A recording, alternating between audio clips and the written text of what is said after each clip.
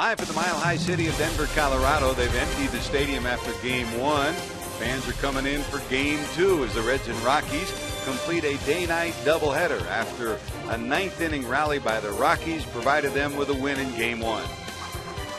Hi, hello, and welcome to Denver, everyone. Along with the crafty left-hander Chris Welch, I'm George Grant. Jim Day will join us momentarily. Well, the Reds came to the ballpark today after last night's game was wiped out by the broken water main, saying, let's go out with Game 1, and then we can put together maybe 2 wins on this day. But it wouldn't be that way on this day. They took a 4-run lead into the ninth inning, and a Drew Stubbs home run, a 3-run shot, proved to be the decider. The former Red gave the Rockies a 10-9 victory, a devastating loss for the Reds today, no Chris. doubt about it, George, especially the way it happened. When you've got a 4-run lead in the ninth inning, you've got Aroldis Chapman coming in throwing 102 miles an hour. You got to figure, hey, this one's in the book, right? Well, it wasn't at all, and the seemingly unbreakable Chapman broke today. J.J. Hoover gave up the home run.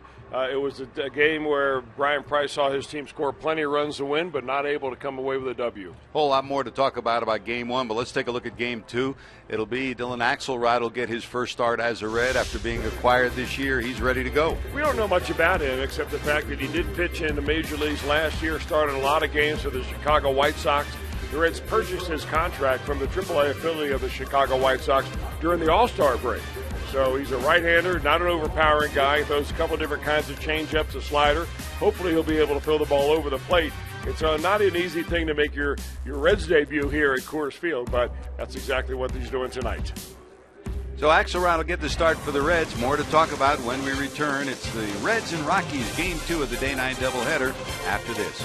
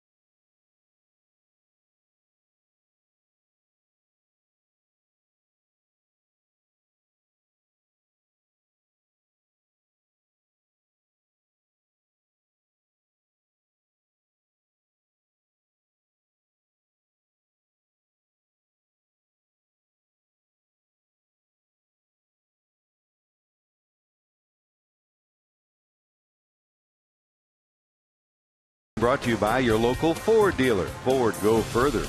By Cincinnati USA Regional Tourism Network. Stay close to CincinnatiUSA.com. And by Skyline Chili. Feeling good? Hey, it's Skyline time.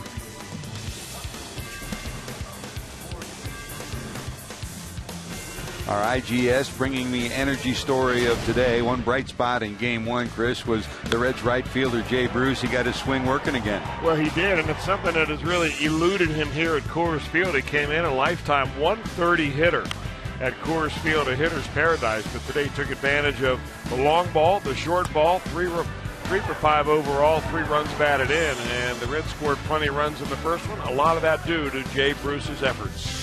After 0 for 10 in the series, he came back with a big day today, and entering today, he had really been struggling from a record standpoint. Although he'd been hitting the ball hard, he hit the ball hard 5 or 6 times during that stretch of the last 4 games, but nothing to show for it. Well, today he broke out with 3 for 5, a home run, and 3 runs batted in. So for Jay, the hope is maybe that'll continue in Game 2 of our day-night doubleheader here at Coors Field. We're ready to go after these messages on Fox Sports Ohio.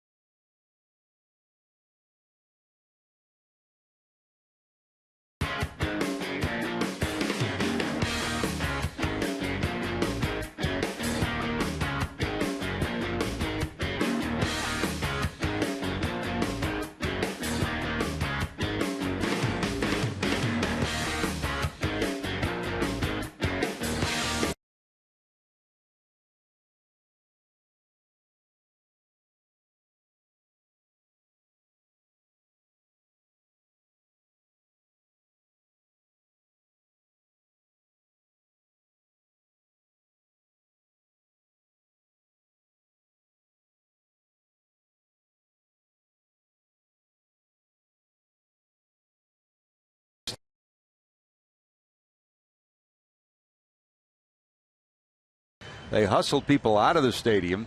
People are just now starting to walk into the stadium. They had 42,000 for the first game, and they had over 33,000 tickets sold for the second game of this doubleheader. Not known if all of those folks would show up from the canceled game from last night, but they're trying to do 2 things at once, Chris, and give them yeoman credit. They're cleaning out the stadium, trying to get trash out of it and get fans in at the same time. It's like a 3-ring circus right now, trying to get the game going on time. Well, the Reds are not concerned about the trash in the stadium or whether the people are going to come into seats or not. They were worried about trying to get their act together here in the second game. Well, the Reds lose the first game 10-9 on the 3-run home run by former Red Drew Stubbs in the 9th inning. Let's check Brian Price's starting lineup for Game 2 of the day-night doubleheader. Billy Hamilton, the switch hitter, will lead it off. 421 against the Rockies in Game 1 of today's action. He had an outstanding effort from the Red center fielder. Ramon Santiago will play third. He'll bat second. Jay Bruce, who homered, had a 3 for 5 day in Game 1, will hit third. Ryan Ludwig came off the bench to pinch hit, had a sacrifice fly in Game number 1. Christopher Negron homered in Game 1 for Negron, his 4th homer of the year. Brian Pena will play first. Zach Cozart, the shortstop, will bat in the second spot. Tucker Barnhart, back up from Louisville, will catch and hit in the 8th spot. And on the mound will be Dylan Axelrod. And here's Johan Flande, who will start for the Rockies. Well, it's kind of a good feel-good story about Johan Flande, a young man that is just in the major leagues for the first time this season. After 10 years in the minor leagues, he was signed originally by the Philadelphia Phillies when he was 20 years old, and they kept him over in the Dominican Summer League for a couple of years, brought him over and pitched A-ball. Little by little, he worked his way up the Philly ladder, but never made it through the major leagues. He was released. He was picked up by the Atlanta Braves and cut loose by them, and then over the winter, he signed a minor league deal here with the Colorado Rockies, invited to camp, and here he is pitching in the major leagues. Made his major league debut earlier this year. They tell me he throws strikes. He's not overpowering. Very much, I think, like the Reds pitcher that is going to be on the hill for Brian Price and Dylan Axelrod. So Flande and Axelrod, this left-hander, will get the chance to start it off right here. And my golly, George, we were wondering if they're going to be able to get this game started at their estimated time of 10 after 7. And they're just about right on the button. Give them credit. They hustled people out, getting people in, and we're ready to get rolling for the second game. Well, the goal of the Reds when this day started was to win 2 and make up for the canceled game of last night. Now it's just try to find your way to get to a split, because already completed, the Milwaukee Brewers have won 7-2 over the Dodgers. The Cardinals have won 7-6 over San Diego, and Washington rallied to beat the Pirates by a final score of 6-5 in Washington. Here's Billy. He'll lead it off to start things off for the Reds. He had 2 hits in game number 1. And his double in the 9th inning of game number 1 got the Reds rolling, and it looked like they were in comfortable position with a 9-5 lead. But then the 6-run rally by the 5-run rally by the Rockies in the 9th proved to be the game-winning rally, and they defeated the Reds by a final of 10-9. In tied at third is the third baseman Arenado. Ben Paulson in tied at first. Hamilton drills this one into the alley. Rounding first, going to second. He'll cruise into second base with a 2-base hit. So Billy has his second double of the day. Hamilton a leadoff double for the Reds here in the first, and that puts a runner in scoring position. Well, no wonder that the Colorado Rockies are just so impressed with Billy Hamilton. He just seems to be on fire against them. He is now 6 for 15 in this series as he gets the Reds going here.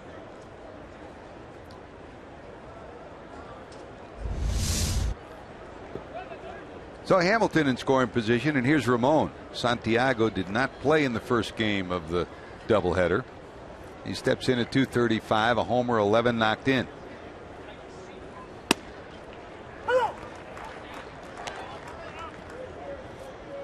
In the 3 spot for game 1 was Jay Bruce, and he's in the 3 spot for game 2 as well. In the on-deck circle, and Ryan Ludwig will start. He'll be in the number 4 spot for the Reds in the second game.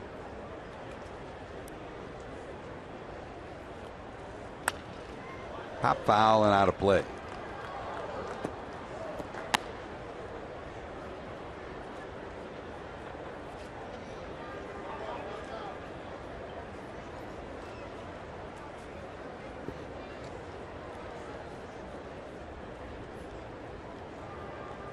Flande, the left-hander, to the stretch.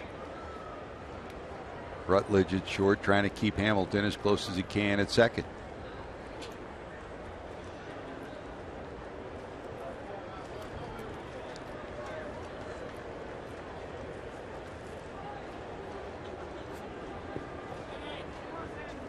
One game still underway. The Sunday night game, Oakland and Atlanta are tied 1-1. We'll give you a complete rundown of the scoreboard momentarily.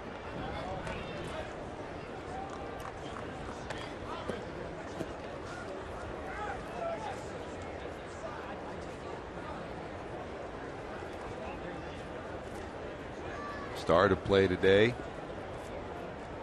The Reds were 7 games back in the Central Division. At this point, they've already lost a game and trying to make up a half game with a victory here. Not often that guy is seen his closer not be able to get the job done, but in the 9th inning, Aroldis Chapman walked 4 straight batters and was removed from the game. And No word from the Reds clubhouse as to any infirmity or any difficulty. He just did not seem comfortable out there. Trying to pull his bat back. It ticks off the handle of the bat and fouled off, so it stays 1-2 to Santiago.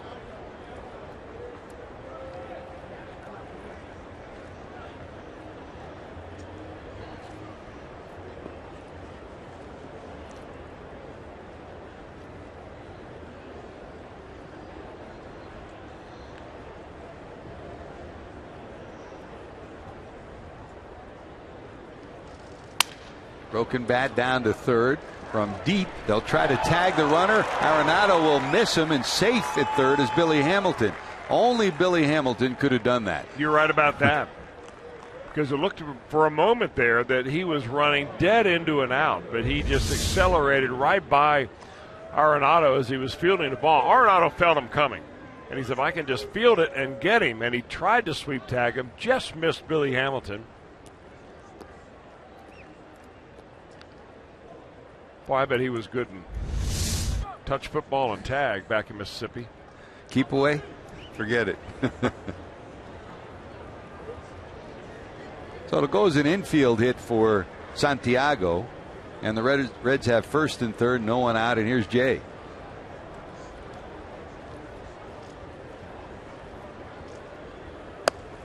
Arenado instinctively knew that he'd have a tough time and maybe could not get the runner going to first, Santiago, on the dribbler on the broken bat. You know, Arenado's other choice on that was you just stay in the baseline and field the ball right there and have Billy Hamilton have to go around him so much that it would have slowed him down a little bit. Of course, maybe he didn't think he was going to go in the very beginning anyway, so his first instinct is to start charging a slow hit ball like that. But as soon as he charged enough to get in out of the baseline, that provided a straight line for Billy Hamilton. 1 ball, 1 strike to Bruce. Jay 3 for 5 in game 1, including his 13th homer.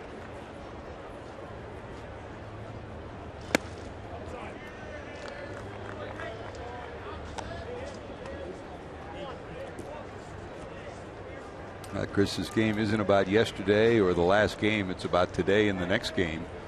And we always remember when we go to St. Louis talking to Tony La Russa, you'd say hello to him at the start of a game. You say, how you doing? He said, I'll tell you at 10 o'clock tonight. Right? Yeah.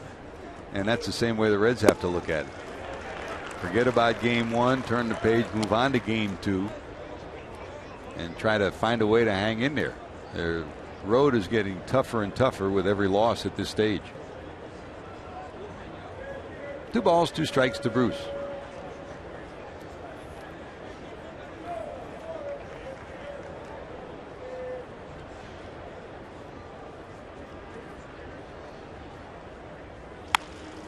Bouncer down to second. They'll get 1 at second. No more than that, and that'll score a run. So Bruce will pick up a run batted in, his 51st of the year, on the 4-6 fielder's choice, and the Reds take an early lead 1-0.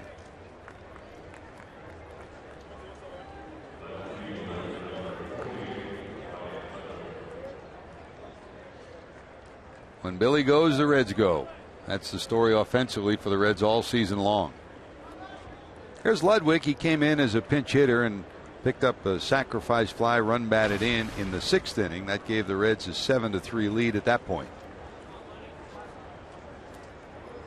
So kind of lost in everything that went on in game number 1. Matt Latos went 5 innings, 8 hits, 3 runs. He left with the lead and once again did not get credit for a victory, as the Reds bullpen couldn't hold it. LeCure, Diaz, Broxton, Chapman, Hoover. The loss went to J.J. Hoover. Chapman walked 4 straight. Hoover came in. Got an out on a sacrifice fly.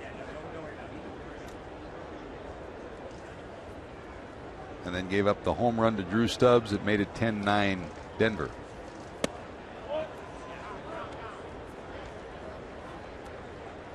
This has been a year where the Rockies have not had a whole lot to celebrate, and not many nights or days that they left the park feeling pretty good. But the group of fans that were here for Todd Helton's uniform number retirement had a smiling view of this day.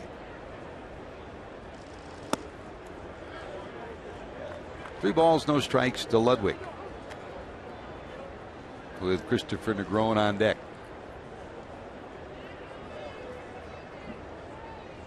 Flandes searching for his first win of the year.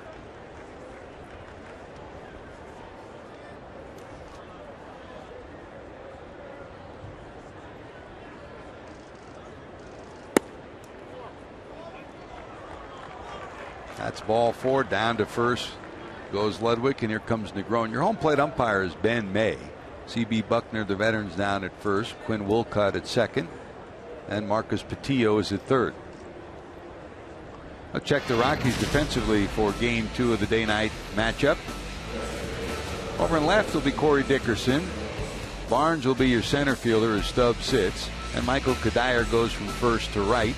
Blackman will start the day with the second game with time on the bench. Arenado, Rutledge, Culberson, then Paulson at first, and Rosario behind the plate. That's your 4 defensive alignment for the Colorado Rockies.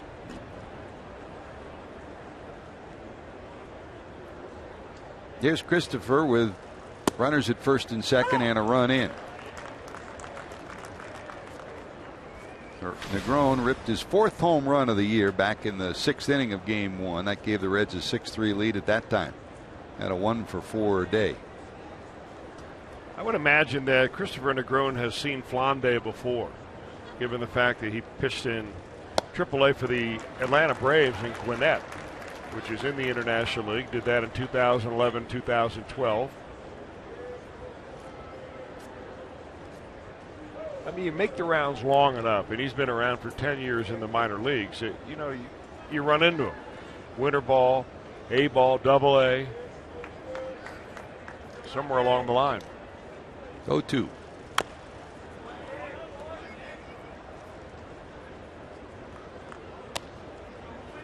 Brian Pena on deck for the Reds.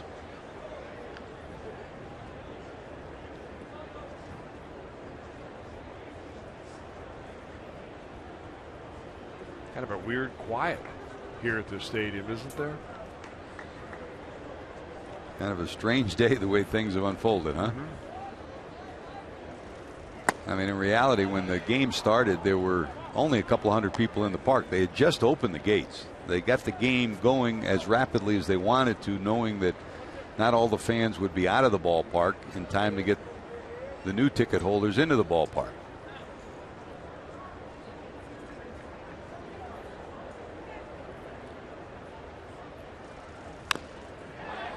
Looks like a day at Old Municipal Stadium in Cleveland, huh? Oh, this would be a good day there. Here's a game 1 home run from Christopher Negron, and he was off to the races, Chris. Boy, big old hanging curveball from Franklin Morales there. It looks like he almost double clutched. And then he is off to the races.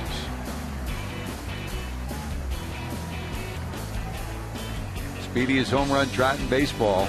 The Reds had it at one time with Adam Rosario. They have it now with Negron. This time Christopher caught looking for strikeout number 1 for Flandes. There's out number 2, and here comes Brian Pena.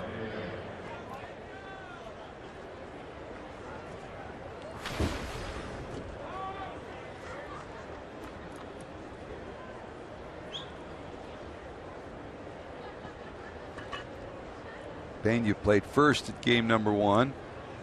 Had 2 hits, including one in the 9th that gave the Reds that 4-run lead. Here's a bouncer wide to third. Arenado has it. Quick flip to first. That'll do it. The Reds get a run, though. Double by Hamilton. Single by Santiago sets the stage. Here comes Axelrod.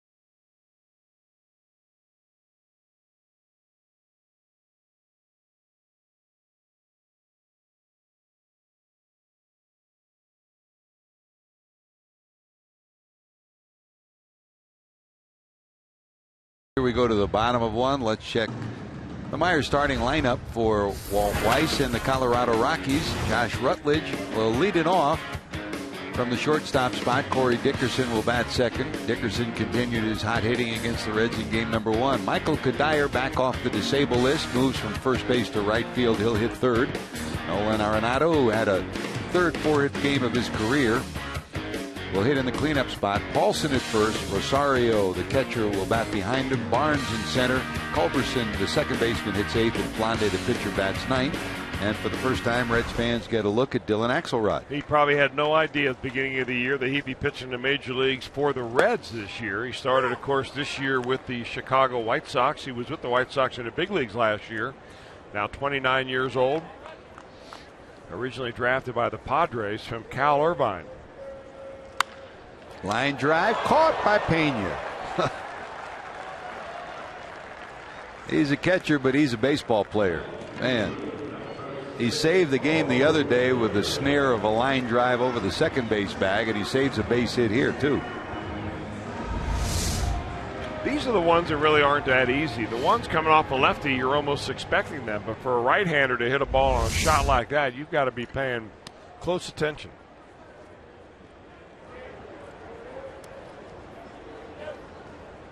So one away, and here's Corey Dickerson. Dickerson in game 1, a double and a homer.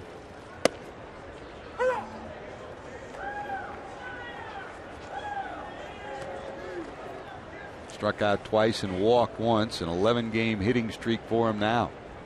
A career high for the young left fielder.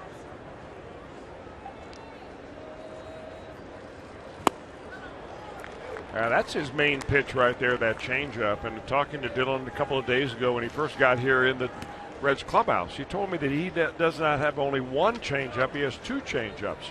Completely different grips based on whether he wants to throw it to a right-hander or a left-hander. Hit hard, and 2 balls hit right on the button, but both find Reds leather. Cozart takes care of that, and here comes Kadire, the right fielder. Check the Reds defensively. In the outfield, it'll be Ludwig in left, Hamilton in center, Bruce in right, the normal alignment. Santiago's at third, Cozart and Negron of the double play combo, and Pena's back at first, with Barnhart back behind the plate. So Tucker gets to catch Axelrod. He caught him down at Louisville.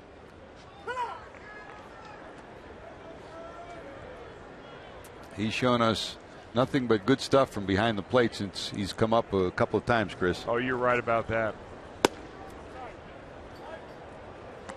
I mean, he's not a big guy to begin with, which is important for a catcher sometimes because you want to make sure that you give the umpire a good look at the strike zone. But look how small he gets. And he's got very good hands, so even those marginal pitches that are just off the plate, he can sometimes frame those in a way to buy a strike. 2 balls, 1 strike.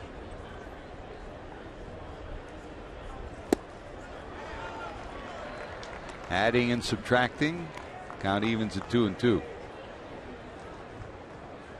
When you don't throw 95, you've got to find a way to get batters out, and Axelrod has done that. Kadire in game 1 bounced into a double play, hit 3 ground balls, lined to center, and reached on an infield hit. His first hit since coming off the disabled list. Series of injuries for him this year, hamstring and shoulder. That's a rope into left. It's foul. For those of you that haven't followed the Rockies a lot, of course, they've lost Tulowitzki. He's out for the year with a hip injury, undergoing surgery, gone for the year. Carlos Gonzalez out for the year. He's had ankle and knee injuries. He'll undergo knee surgery too. Walt Weiss has also seen Kadire miss a good chunk of the year. And several of their pitchers. Looped into right. Here comes Bruce. Can't get it. It's by him. It'll go all the way to the wall. Kadire around first, going to second. He'll head into third, and he will be in there.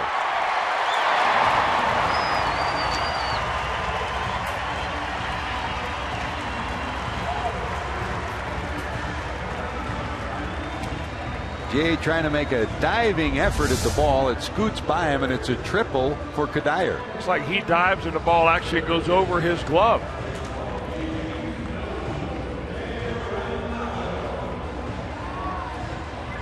He closed on it fast, and if you'll ask him, I think he thought he probably was going to catch it. Fortunately, Hamilton there to back him up. Runner at third, 2 outs. And here comes Arenado. Arenado had 2 singles to right, 1 to left, 1 to center, and a walk. A brilliant day for him in game 1 of the doubleheader.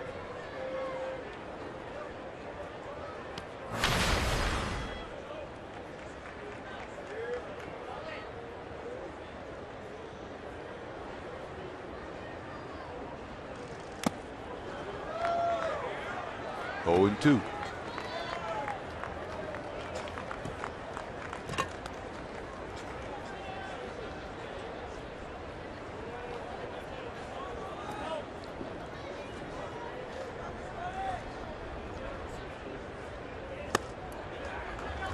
I'll tell you one thing about Dylan Axelrod, he's not one bit afraid of throwing strikes. He's had 4 batters and 4 consecutive first pitch strikes.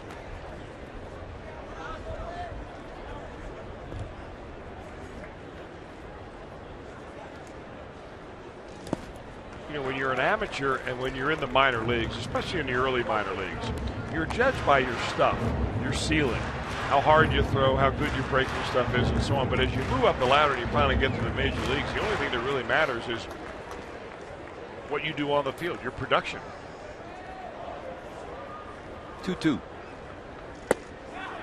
Adding and subtracting can be very effective if you can hit your spots. And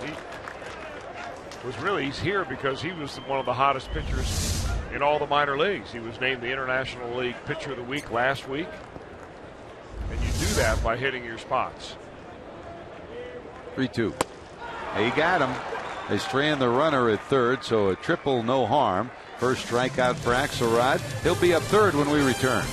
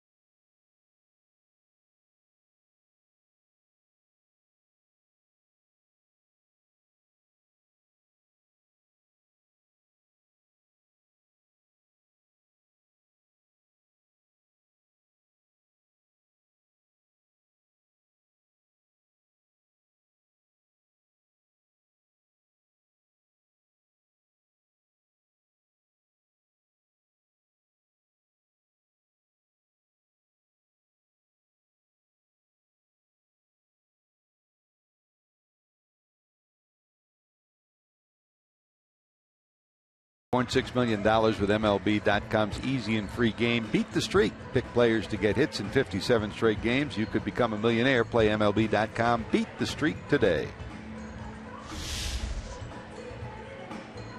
Billy Hamilton got it started with a double. Santiago reached on an infield hit, and Jay Bruce's ground out. Played at Hamilton, and the Reds have a 1-0 lead. Here we go to the second. Zach Cozart to lead it off, followed by Barnhart and then Axelrod.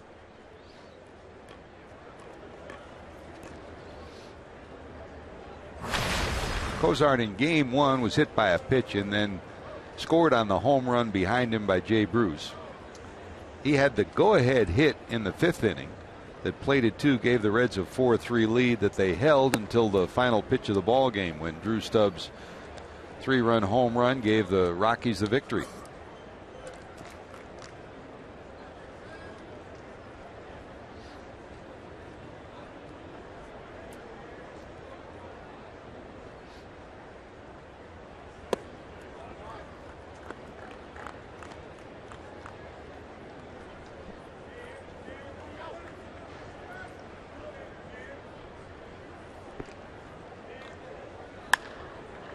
In the air to center. Barnes almost in his tracks under it. He'll haul it in. 1 away. Just a reminder, as you enjoy a cold one, look forward to a little later on for our Miller Time moment that we'll bring you before we depart from Denver and the team heads to St. Louis. Be a long night for the Reds. Rick Stowe and Gary Wayhoff trying to get everything packed up and everybody to the plane. And Chris, you won't wind up in St. Louis until probably around 3 or 4 in the morning. Well, George, I think that's part of the travel that goes along with me and Major League Baseball players. It beats the heck out of travel at AAA. How long would it take you on a bus to get there? Well, no, AAA doesn't travel the day after the game. They travel the morning of, and you have those 4 and 5 a.m. wake-up calls on a regular basis. That's only part of the incentive of getting up here. And it has gotten a lot better at AAA now, too, than it was in the days when you played. But even the travel tonight, I would think that it would be better for your body overall just to spend the night here in Denver, get up at 11 o'clock, fly into St. Louis, and drop your bags off and go to the ballpark. But every Major League team, I think by contract, has to get into that city the night before. Barnhart bounces out 2 away, and here comes Axelrod. Barnhart's first at bat since coming back from Louisville, so he's in the lineup for game 2.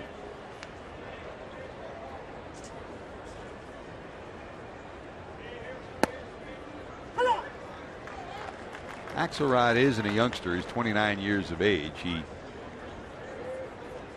pitched not regularly but semi-regularly for the White Sox from almost 3 years. Bounced back and forth from AAA to the majors. You hope for that opportunity. No balls, 2 strikes.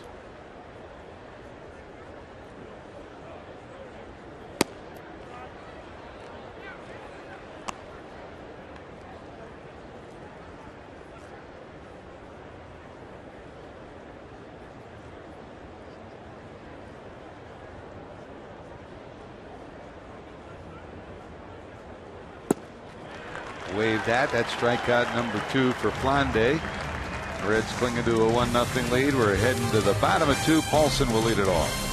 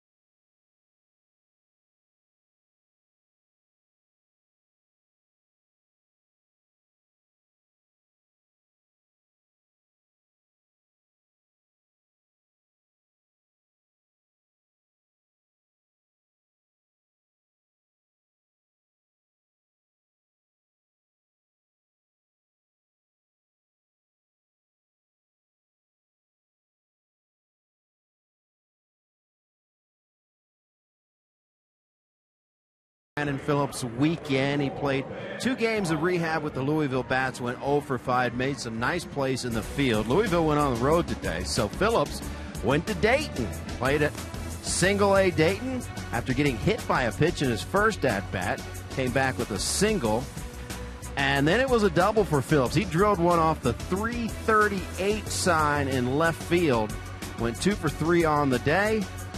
And if you listen to his tweets, and he did an interview earlier today, says he's feeling pretty good and actually feels better than he thought. So the big question now, will Brandon Phillips go from Dayton to St. Louis, or will there be more rehab games? That one is up in the air. JD, I don't think Brian Price would tell us, but I guarantee he's already called Brian, and that's what he's arguing for, don't you think? Not much of a doubt. Brian said when he talked to him yesterday, he was arguing, get me up, I'm ready. One away, and here comes Rosario as Paulson's retired.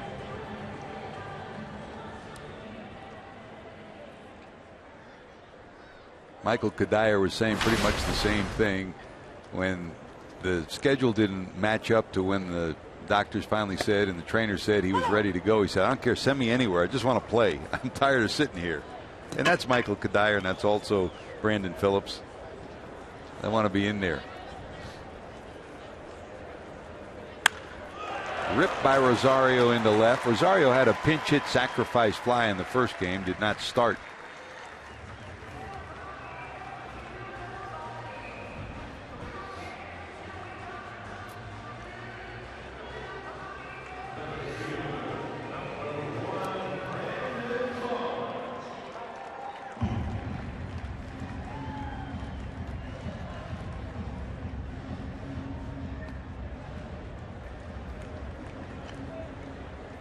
There's Brandon Barnes, the Rockies' premier pinch hitter. Made 1 appearance in Game 1 and was retired by the Reds. 0 for 2 in 2 pinch hit efforts so far in this series. Gets the start in center field.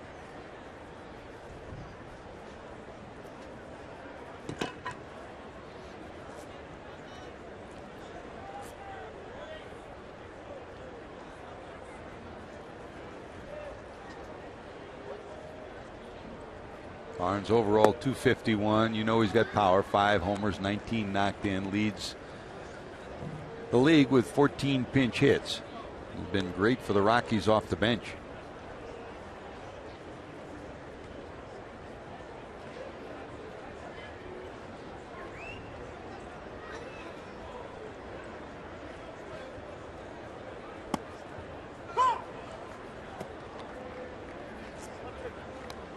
Very seldom, Chris, over the years have we seen pitchers that, number one, that can throw a curveball and a slider at the same time, but to throw 2 different changeups is very rare. It is rare, and really the difference is this: he's got the one kind of a fadeaway that he throws the left-handers down and away, and the other just goes straight down. I mean, the radar gun tells you that he's throwing 89, but I'm looking at these Rocky hitters, and they're late, fouling stuff off. They're swinging through it. Arenado swung through it 3 times in his at bat. He also throws a cutter, curveball, and a slider. I mean, he looks like a veteran AAA pitcher who has all the stuff except the fastball just a little bit short. Boy, that's a good spot there. Perfect spot. Looking for the strikeout. And Dylan Axelrod has some baseball pedigree. His uncle is Barry Axelrod. You may have heard of him. He's a famous sports agent. In fact, at one time he had some of the biggest names in all of sports, like Jake Peavy and Craig Biggio. Kevin Towers is when he was playing, he was the general manager of the Diamondbacks. He was represented by Barry Axelrod. Now Barry Axelrod is in the front office with the Diamondbacks. Hit hard, but Ludwig makes a diving catch in left field to rob Culverson of at least a single and possibly extra bases. Great play by Ludwig. Another look at a dandy from Ludwig in left.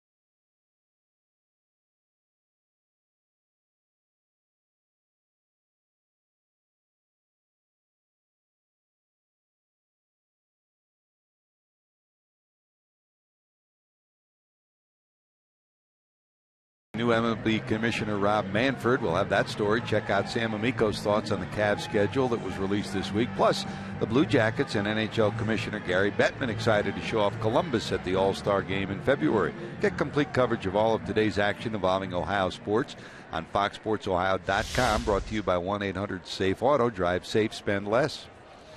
2015 will be big with the Hockey All-Star Game in Columbus and, of course, baseball's All-Star Game at Great American Ballpark.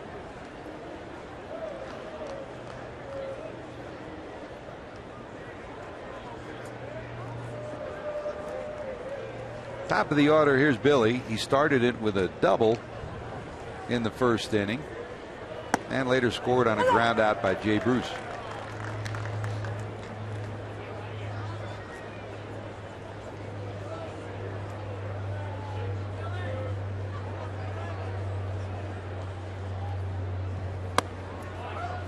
Six hits in the series for the Reds' leadoff hitter.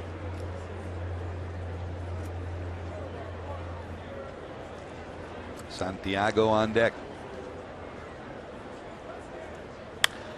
That's a liner into left. It'll drop in front of Dickerson, and he's on again.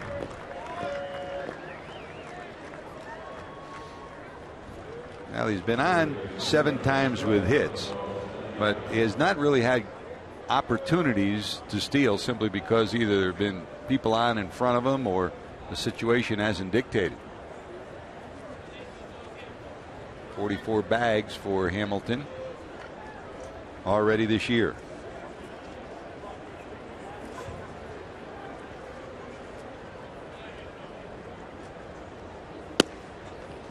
On the corner for a strike to Santiago. He reached on an infield hit first time up.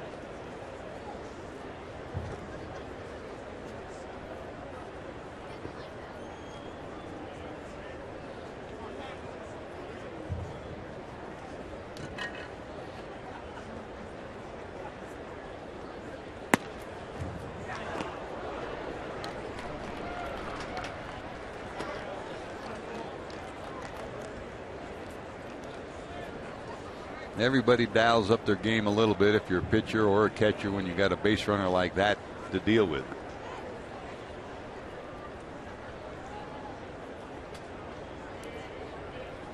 Throwing over there.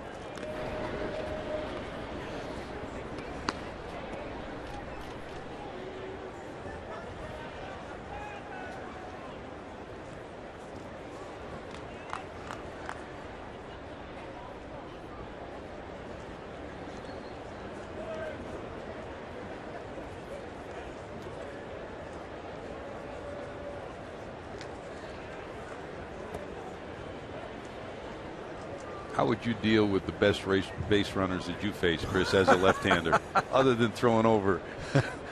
I'm not really sure it really matters as a left-hander holding the ball for different amounts of time. You vary your moves, I think, and you always try to get to a point where you have a decoy move, which isn't that good, but it's not all that bad, so they think maybe that's his good move, and then you really work on a good move. But to work on a good move, you have to be very consistent, and you have to be able to throw the ball to first base without looking. Popped up in the infield. Foul territory giving way to Arenado. There's your first out of the inning. And that'll bring up Bruce. And it almost becomes the best deceptive moves are made by left-handed pitchers who can throw to first without looking, and that takes practice. It does take. That's exactly all it takes is practice, and you can practice first by sitting on a chair and looking towards home and throwing it to first without looking over and over and over again until you get a feeling where it is, and then you just gradually progress until you finally start working out of your stretch. Where most left-handers fall into a problem is that they try to head fake the runner. They act like if I look to home and throw to first, I'll pick them off. Or if I look to first and throw home, I'll keep them close to the bag. Problem is you end up making mistakes in the strike zone doing that.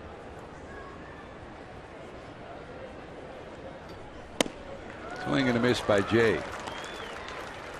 And then there are the smaller left-handers that can do it with quickness, like Bobby McClure, my former roommate Tom House. I mean, he was like mechanical. his hands were so fast, his feet were so fast.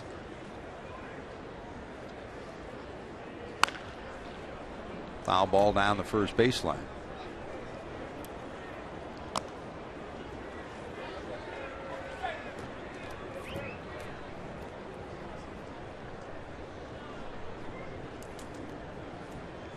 And then there's the lefties that have no chance.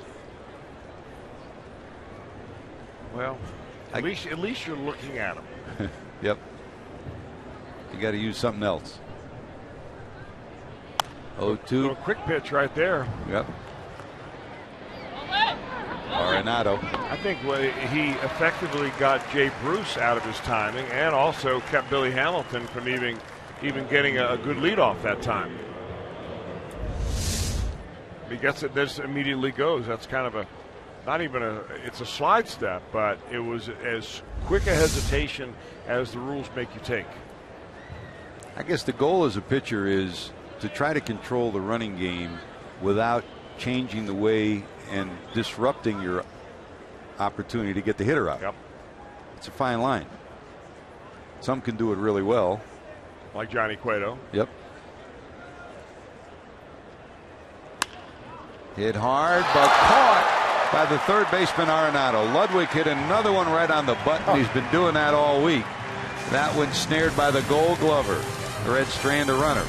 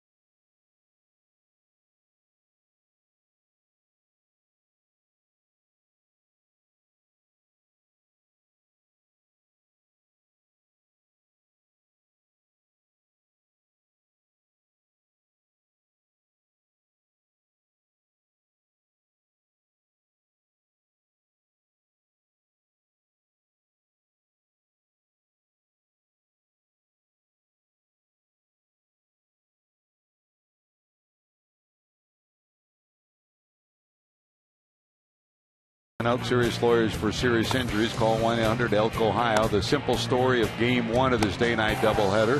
Aroldis Chapman comes in and walks the 4 batters that he faces, walking in 1 run. And then when he left, in came J.J. Hoover. He gives up a 3-run home run to former Red Drew Stubbs. And the end result, 7 batters faced by the bullpen. Only 1 hit, but 5 runs, and the 5th run gives the Rockies a 10-9 victory over the Reds. In stunning fashion, the Reds lose game number 1. And on a day when the Rockies honored Todd Helton, retiring his number 17, first number ever retired here, what appeared to be a dismal afternoon for the Colorado Rockies turned around in one swing and sent the Reds back to the clubhouse shaking their heads. We've seen strange things here over the years, Chris. Big rallies by the Reds. We've had some of our best rallies in years past here, but yeah, but I'm not so sure, George, I've ever seen anything quite on the scale of what we just saw earlier in that first game. Not when you got Chapman out there. Not when you're in a pennant race, and not when you're facing a team with only 47 wins, the lowest number of any team in baseball.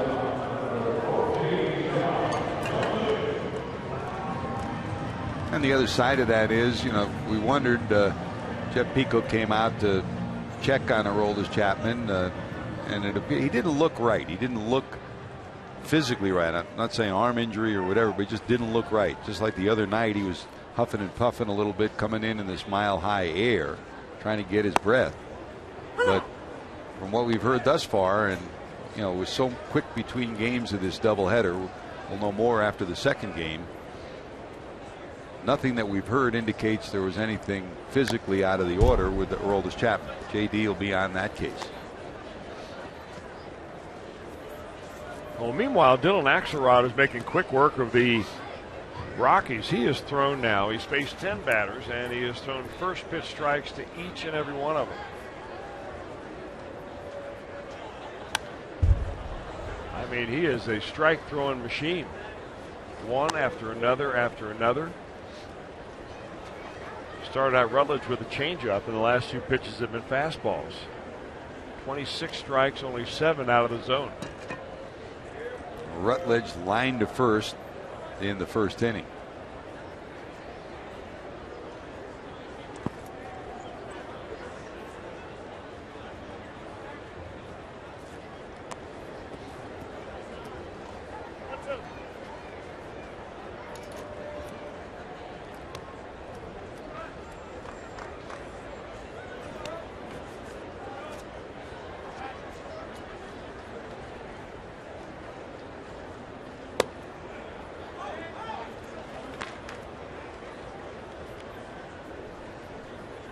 Atlanta in the 6th now, taking a 3-1 lead over Oakland. Already completed in the Central Division. Milwaukee has won. There's a bouncer to short. Long throw by Cozart. Won't be there in time. Great effort by Cozart. Boy, deep in the hole, edge of the grass. Rutledge, who runs pretty well, and he almost nailed him. Well, we have seen some terrific defensive efforts so far, even just from the left side of the infield. Of course, that incredible play that Nolan Arenado did in the first game, that is a terrific effort by Cozart. Billy Hamilton has made a diving catch. Brian Pena at first base to end the first game on a line drive double play, made a nice play. It's been a good series for glove work. If you're a Reds fan, you've seen a lot of that. The Reds have just been outstanding all year long with the glove. There's Dickerson lined to short first time up. Zach Cozart's not going to win the Gold Glove, Chris. The way things go, it's not your defense, it's how you hit. We all know that. That's so much a part of winning a Gold Glove. But in my mind, he's had a Gold Glove shortstop year this year. That whole left side of the infield, when Todd Frazier's healthy and in there, is airtight. The plays that he's made have not just been great defensive plays, but they've been key defensive plays for the Reds in key situations.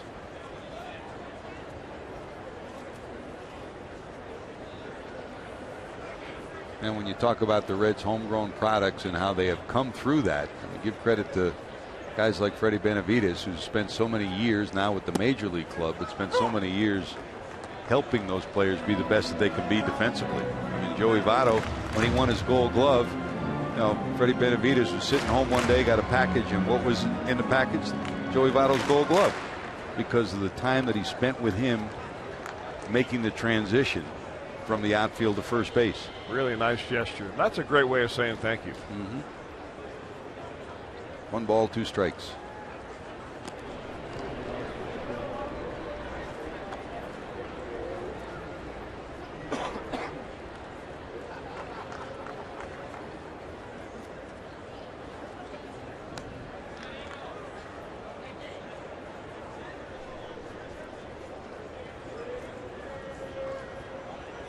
Axelrod to the stretch. Center field hit pretty good, but this one's going to stay in the ballpark. There is Hamilton's got it, and Dickerson puts wood on another one, Chris. He's got a nice swing. Even when he makes an out, the ball usually sounds good coming off the bat. He's hit the ball hard twice now. Once a line drive at the shortstop to being out in the first inning, and that time pretty much a long fly ball, but he's the same guy that went over the center field wall in the first game. Here's Kadire. He tripled his first time up. Line drive to right center. Jay Bruce dove for, couldn't get a glove on it. He wound up at third.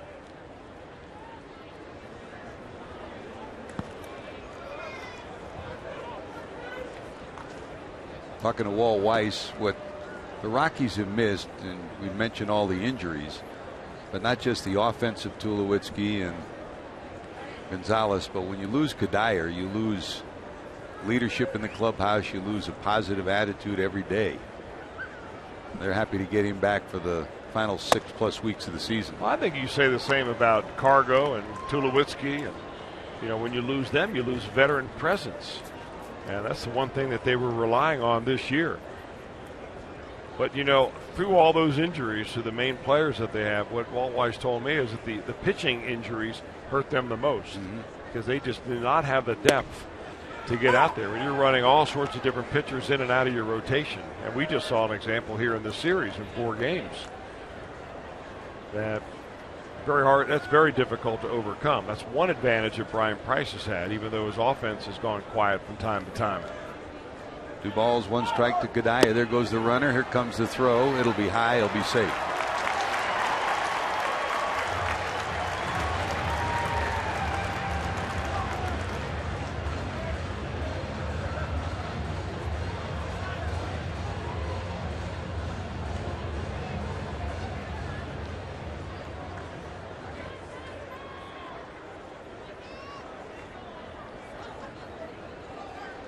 The runner in scoring position.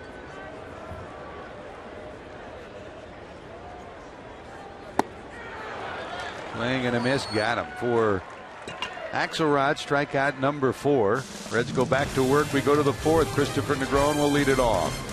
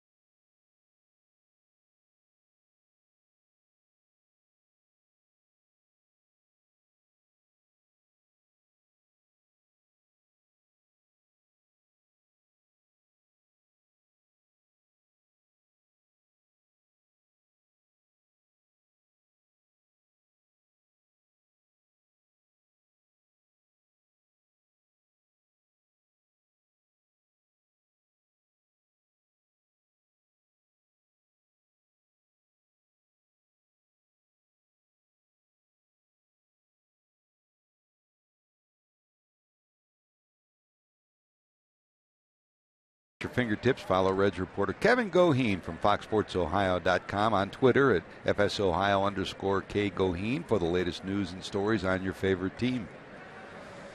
Kevin's always on the case, just like JD, who's down by the dugout, and Jeff Piccolo, Brian Giesenslaw getting ready for Reds Live postgame after the second of our day 9 doubleheader. Great to have you with us. George Grant, Chris Welsh, Jim Day down on the field.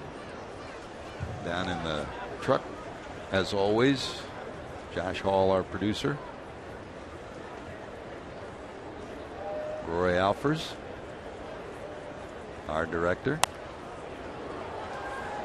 Matt Sigafus dialing up some highlights. And Lauren White with our graphics. And a long, long day for everybody, not just our guys in the truck, but the crew here is always great when we come to Denver, Chris. Outstanding effort on a long day, tough day, a hustling day, but great to be here and working with them. You know, you don't sound one bit tired, George. You defy Father Time. You look better every time we see you, and here you are. I know you've been at the ballpark since about 8 this morning, and you just keep chugging right along. Never a bad day at the ballpark. Never. Sometimes you win, sometimes you lose, but it's still special place to be. You Christopher haven't strikes given out. up 5 runs in the first inning. Then. Yep. I can tell you can have a bad day at the ballpark. I tell you one thing, and you've been there, Chris. After losing game 1 the way the Reds lost it, it's great to have a game a couple of minutes later so you can kind of wipe that off the chart. Yeah. If you're the Bengals, you got to wait a week. Negron strikes out. That's strikeout number 3 for Flande. And here's Pena.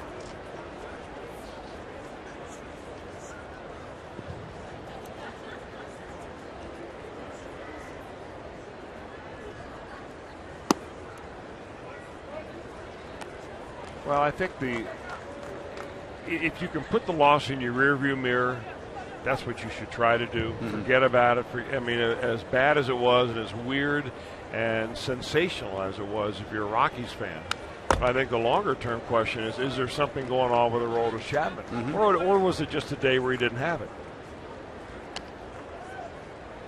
I really thought that when Brian Pena went to the mound and Paul Lessard came out and Jeff Pico was already on his way out here, that Brian Pena pointed to his own shoulder as if to say, check his arm out.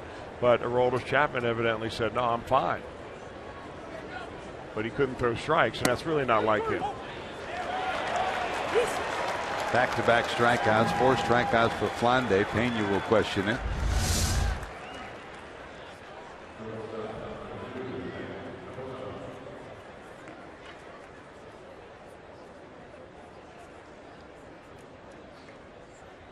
Two away, and here comes Kozar to fly to center first time up. And again, when the clubhouse opens after game number 2, we hope to get more on Aroldis. I know we mentioned it not just today, but on Friday he didn't look right either. And we thought maybe that might have something to do with the mile-high air and catching his breath coming in. What we've heard so far is no indication that there's anything physically wrong. Very seldom have the Reds put 9 on the board this year. So and lost. You figure you put 9 up, it's money in the bank. 1 ball, 1 strike to Kozart. Down to third. That's about the only way you get a ball by that third baseman. And to update you on the status also of Todd Frazier, before game 1 today, he was out in the outfield stretching, trying to see if he could run. He feels okay swinging, or better swinging, but still the back acting up when he tries to run. They had tentatively thought he might play in game number 2, but they'd much rather, with a long plane flight coming up, give him another day to rest up. Quick flip, and Kozart's retired. Reds go 1-2-3 in the 4th. They're clinging to a 1-run lead on an RBI by Bruce in the 1st.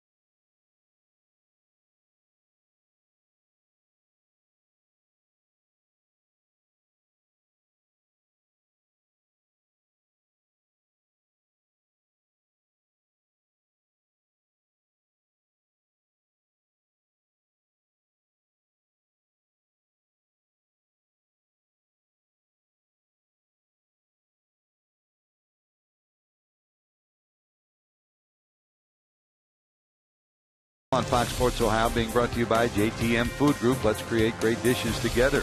By Toyota. For over 30 Toyota offers, visit buyatoyota.com. And go for the Save on Wing Tuesdays at B-Dubs with specially priced wings all day. Buffalo Wild Wings. Wings, beer, sports.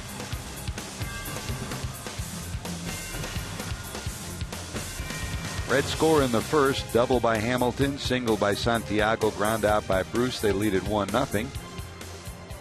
Dylan Axelrod back to the mound as we start the fourth, facing Nolan Arenado. Struck out first time up. Rockies got a triple from Michael Kadire in the first, a single from Rosario in the second, and an infield hit by Rutledge in the third.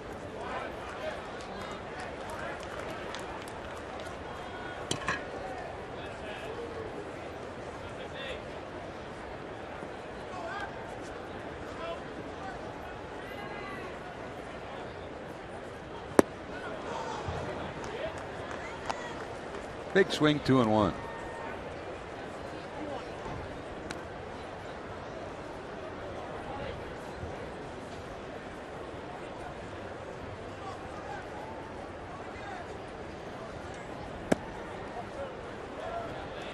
Just missing outside corner. 3 balls, 1 strike.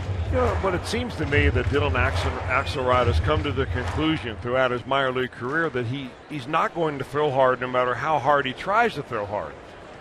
So he stays within himself. He keeps his head very still. He changes speeds, moves the ball around, but most of all, he is precise with his control and his command.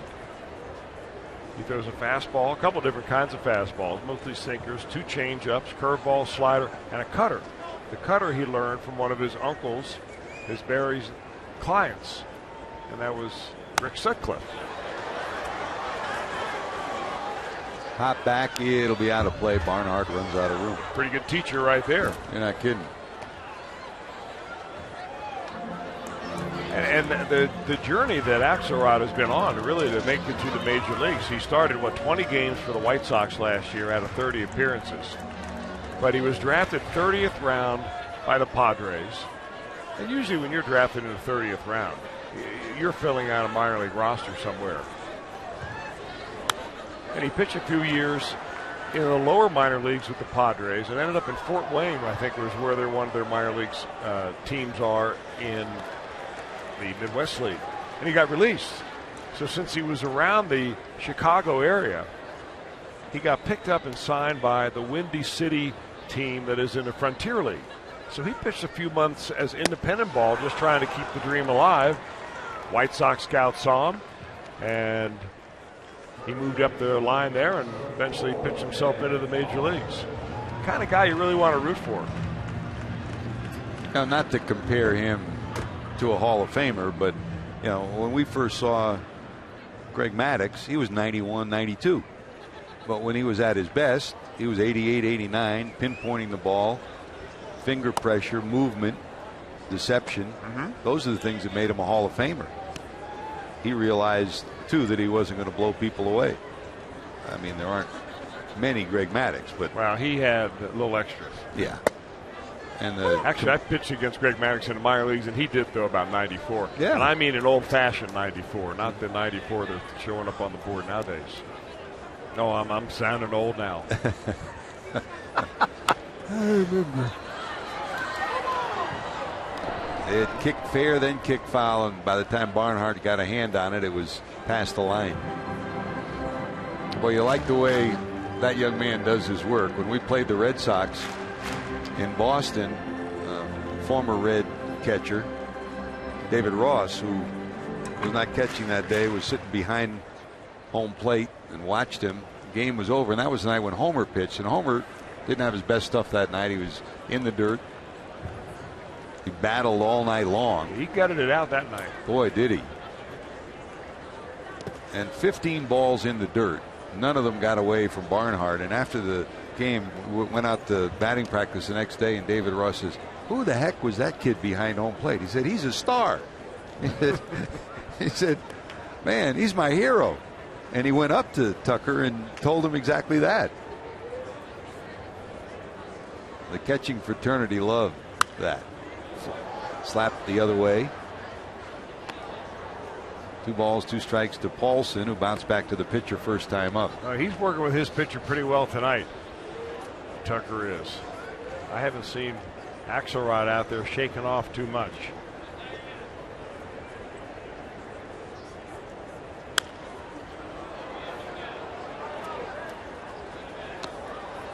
Well, he's just not making any pitches in the middle of the zone.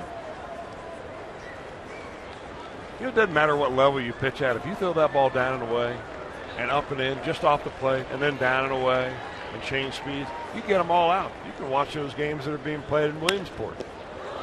Right back to the pitcher again. Second time, Axelrod gets him on a bouncer right back to him. When I did games with Tom Seaver years ago, here's another look, Chris. Sometimes you feel the ball with your shin if you have to. I would ask Seaver, how did you pitch Willie Stargell? How did you pitch Mike Schmidt? And after asking him about the greatest players of that generation, he'd say, hard in, soft away. Hard in, soft away. And after a while, even a dummy like me got the idea. Push him away from the plate, then try to get him out of the way. Yeah, but those hitters never got it, did they? No. 1, 2, 3. Pretty good job so far by Axelrod. Reds go back to work. Axie's due up second.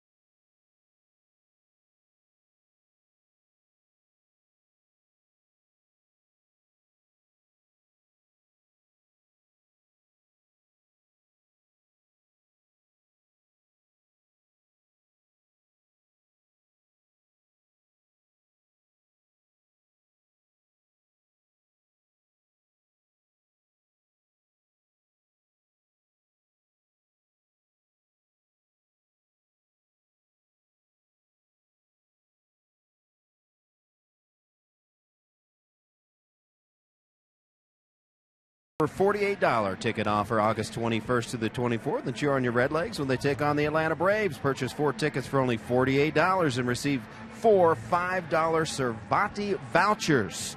That's a total of $20 towards any order at Cervati Pastry Shop and Deli.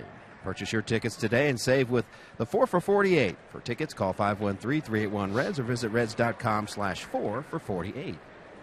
I'm Jim Day. Let's give you another injury update.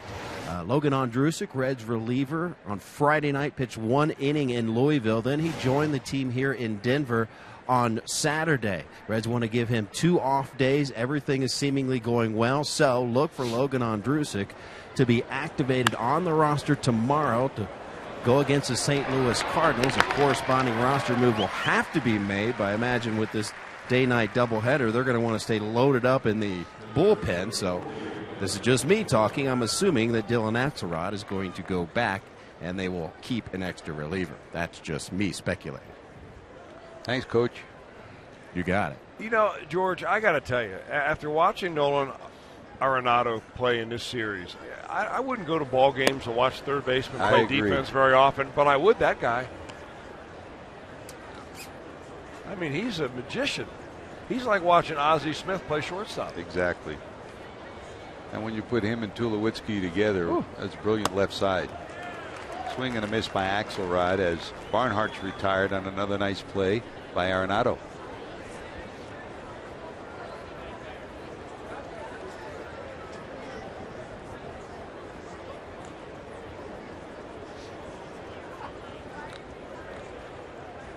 And Chris, you figure, knowing Troy Tulowitzki, when he comes back, he wants to be better than ever after hip surgery.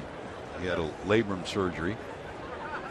But with the injuries that he's had the last few years to the lower part of his body, and you look, number one, at the length of his contract, number two, at his ability offensively, that's a strikeout number 5 for Flande, 2 away, back to the top, rather number 5 for Flande, and back to the top of the order, Billy Hamilton. You wonder if at some point in time the Rockies think of either moving him to first or moving him to the outfield, where you still take advantage of his offensive capabilities but put less pressure on the legs, the hip, so on and so forth. Now he's got to be open to that, number one. And number two, I think they have Justin Morneau for another year. Mm-hmm. And Justin's had a great year. He's been tremendous for this club. But you look ahead to the future, I mean, I think eventually, absolutely. But he'll probably determine the time in which he feels like he should do that. Robin Yount moved from short to center, and he says that's the reason why he eventually made it to the Hall of Fame. Ernie Banks moved. Yep. From shortstop to first base.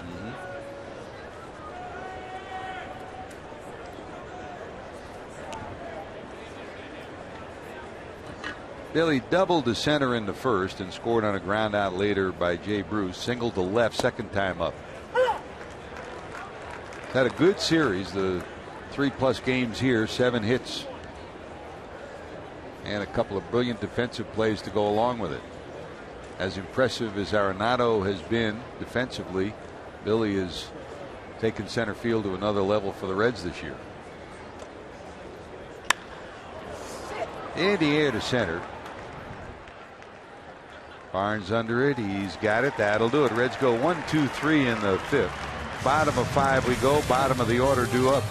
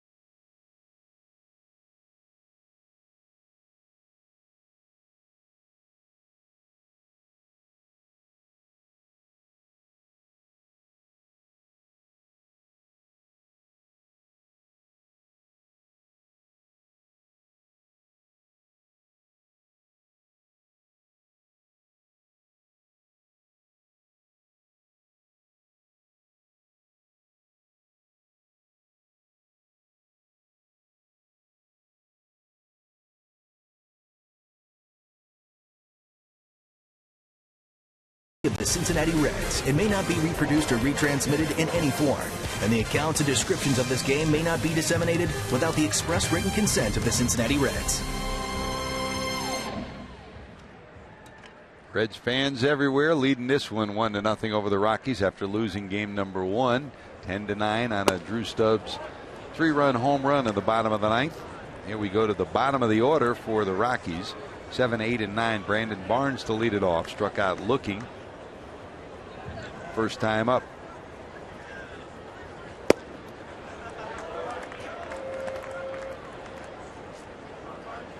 As you project ahead, Chris, you figure that, and Jim alluded to it, the pitching situation, but if you project the next couple of weeks, you figure that the Reds will need 1 and possibly two more pitchers. So not just Axelrod, but maybe Holmberg, maybe somebody else coming up from Jim Riggleman's club before we hit September. I mean, what transpired yesterday forces Brian Price and Jeff Pico to rearrange their rotation.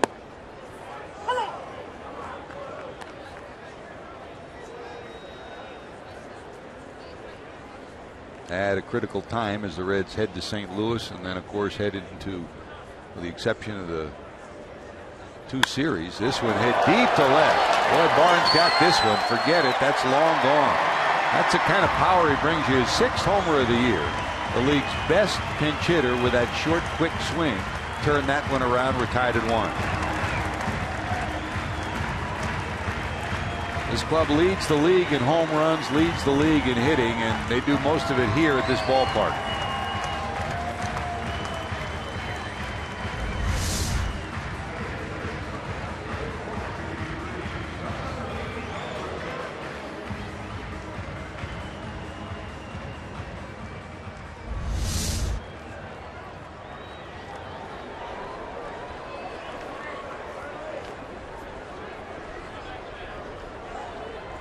So we're even at 1, and here's the number 8 hitter, Charlie Culbertson, who lined to left first time up. Hit one right on the nose that Ludwig made a diving catch of in left center field.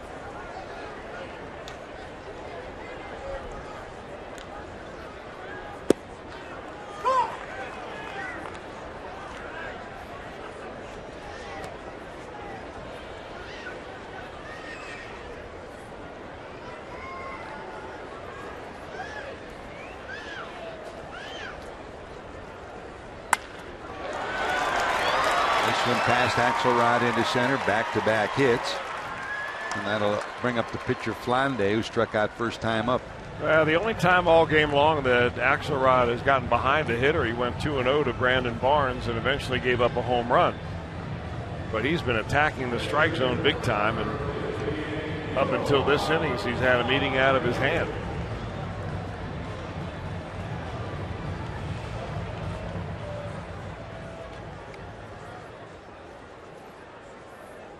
Runner at first, Santiago down at third, expecting a bunt. Flande steps in.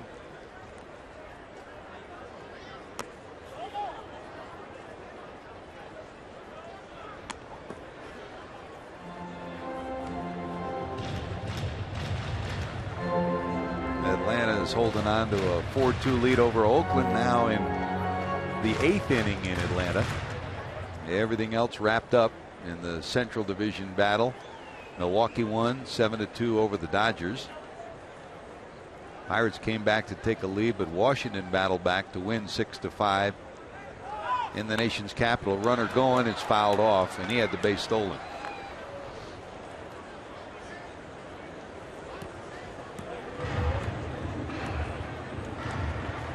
Cardinals won 7-6 over the Padres at home. Elsewhere in the National League, give you a look at the standings or give you the other scores. Right now at this moment, the Reds are 8 back, trying to get a win to climb back to within 7.5. Cardinals stay 3 back, and the Pirates now 5.5 back. When Milwaukee keeps winning, they keep getting very good starting pitching. In fact, today, Willie Peralta nailed down the win. He was a 15-game loser last year. He's having a banner year this year.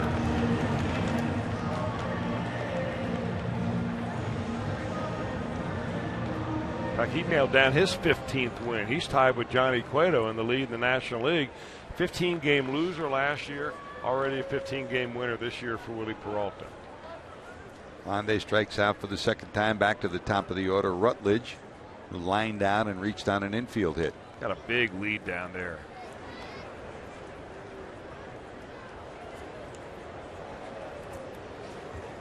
That looked like somewhat of a deliberate move by Axelrod. I wonder if he's got a quick move.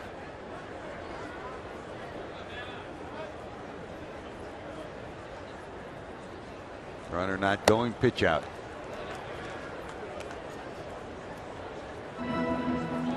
All 1 to Rutledge. Cubs are winners over the Mets 2-1. It was Miami 10 and Arizona 3.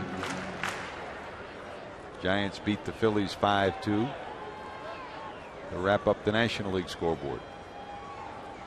Axelrod to the stretch, runner not going again. This one sliced foul and out of play. American League, the Orioles winners over the Indians 4-1.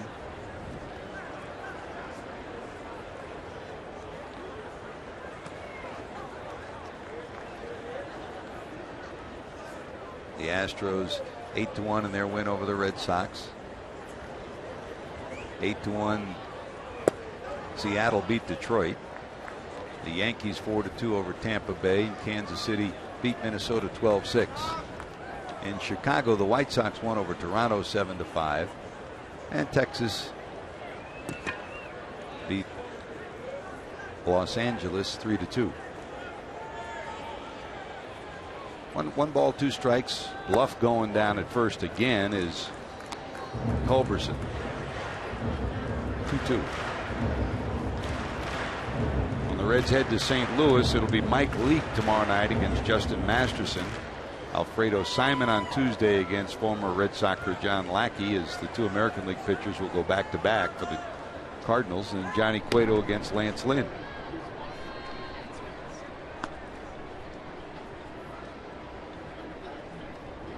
Reds live at 7:30 on Monday, 7:30 Tuesday, and then 6:30 on Wednesday.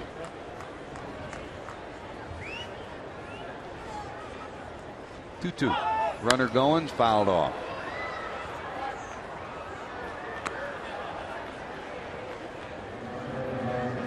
You roll the dice at this stage of the season, Chris, and the deals by the Cardinals after the injuries they had, bringing Justin Masterson and John Lackey into the fold. Lackey, you get a guy who's been through this before. What a competitor. Oh, you're right about that, and it's always a tough place to play. The Reds are running at least out there. They're some of the guys from the normal rotation, including their top of the rotation guy in Cueto on that last game. So if you win one of the first 2, you need to hand the ball to Johnny Cueto for game number 3. You've got a real good chance of taking that series. And the Reds come home to play the Braves next weekend. Hope you join us at Great American Ballpark for that. Then the Cubs will come to Cincinnati, and then it's the stretch run with the exception of one series, everything within the Central Division. Runner going again, it's fouled off again. The Reds' trip to Pittsburgh, the end of the month, will be the last trip to Pittsburgh of the year, but the Pirates will come back for the last series of the season in Cincinnati. And 2 series left with the Brewers. 12th, 13th, and 14th in Milwaukee, and then 23, 24, 25 of September against the Brewers at home.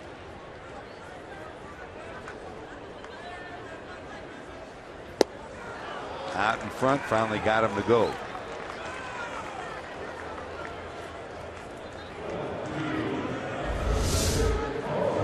That's a curveball right there, and it really doesn't have a big hump in it. It's a very kind of a tight curveball, but he just is very good at keeping everything down.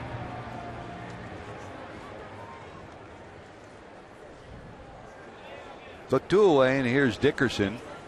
Line to short and fly to center.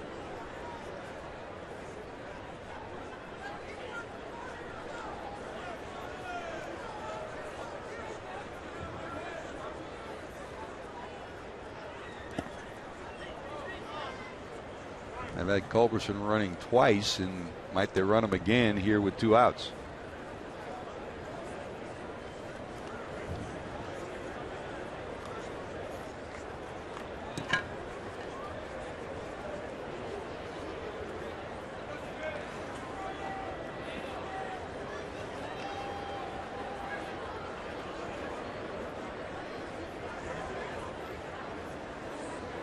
Not going this time. That's ripped but foul.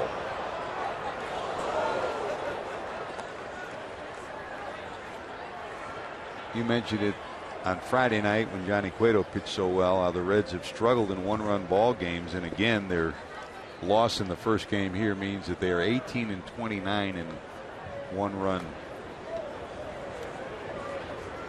games this year. It's amazing. You figured at some point in time the worm would turn. Hopefully it'll come in the final 6 weeks of the season. And well, you know, George, when you lose a game like you did in the first game, it's not about luck. It's about execution. And you can go back probably to at least half of those games that you lost in one run and say, this little thing here or this thing there, we missed a sign, didn't get a bunt down, didn't take an extra base, you know, missed a cutoff man, something like that, that would eventually lose to a one loss.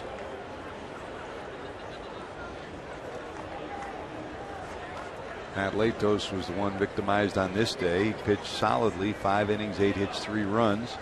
Struck out 7, stood to be the winner until the 9th inning rally by the Rockies.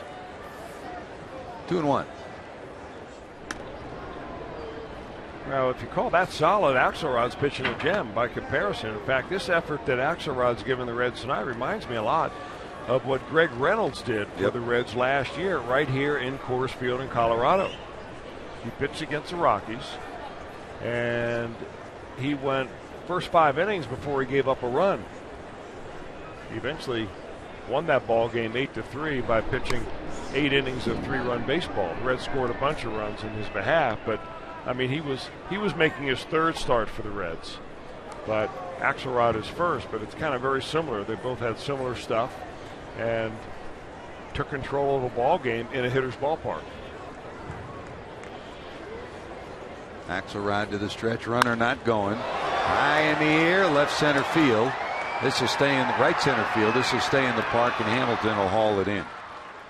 So a leadoff homer by Barnes ties this one up at 1. Reds go back to work. Santiago leads it off.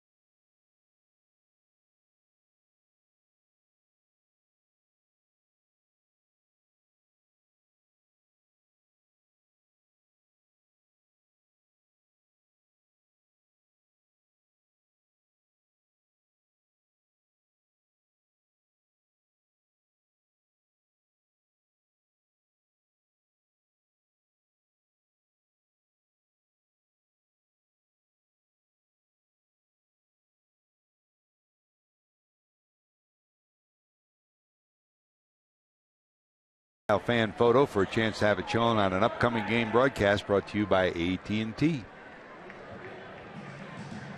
Great to have you with us. George Grant, Chris Welsh, Jim Day will join us momentarily. Game 2 of our day-night doubleheader as the Reds trying to salvage 2 and wind up with a split here in Denver before heading to St. Louis.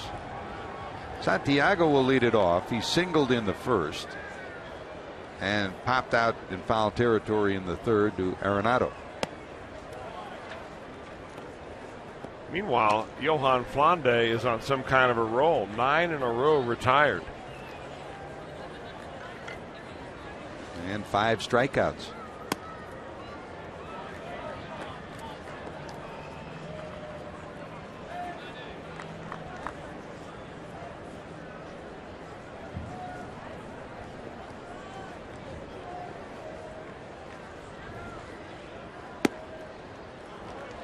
Of course, we both talked about it when we head into this stretch after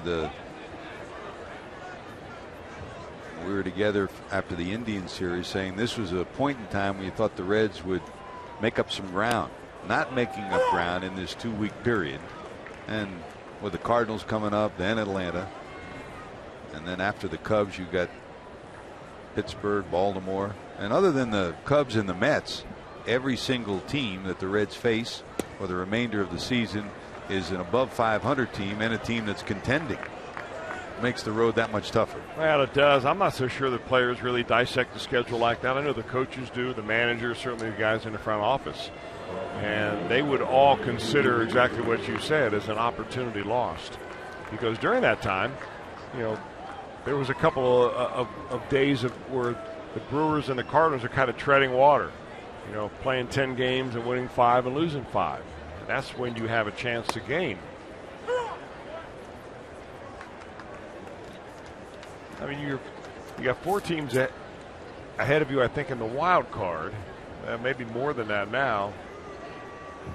5 teams ahead of you in the wild card, with the Marlins moving to 500 today.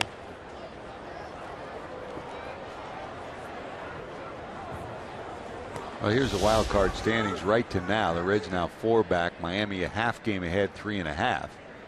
Atlanta 2, Pittsburgh a game and a half, and San Francisco and St. Louis right now holding the 2 wild card slots. And the Reds play all but 2 of those teams.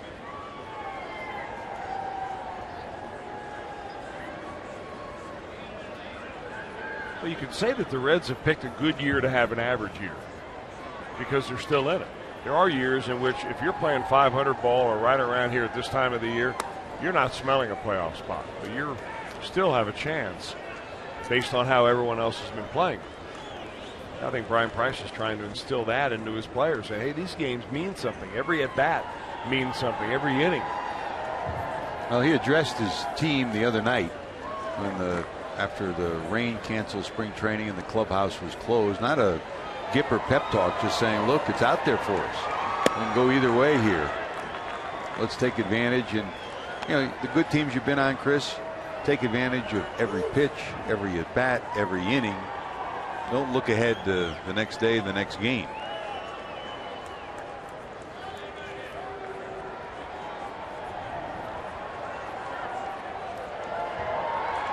And I think what we've seen over the years, I mean, managers and coaches set the tone of a team in a clubhouse, but players lead a team.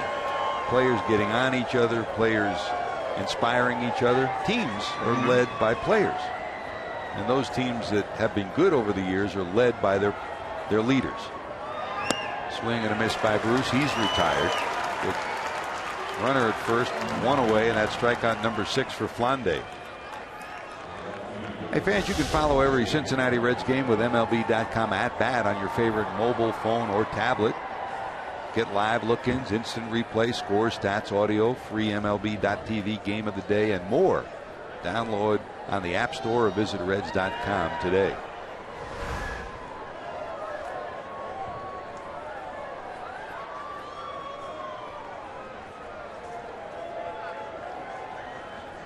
You hope the players take ownership in their team, and once they do, things have a way of coming together.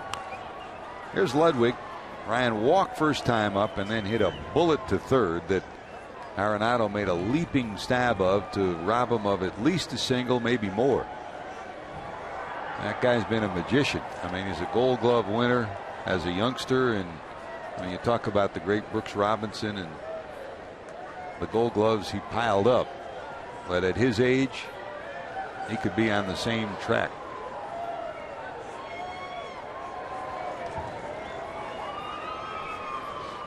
The good sign is the way Ludwig's been swinging has been impressive for the Reds. Drill this one, going way back. They'll just sit there and watch it fly. Ryan Ludwig delivers a big fly to left center field, and the Reds have battled back to take the lead again, 3-1. You lead by doing that too, don't you?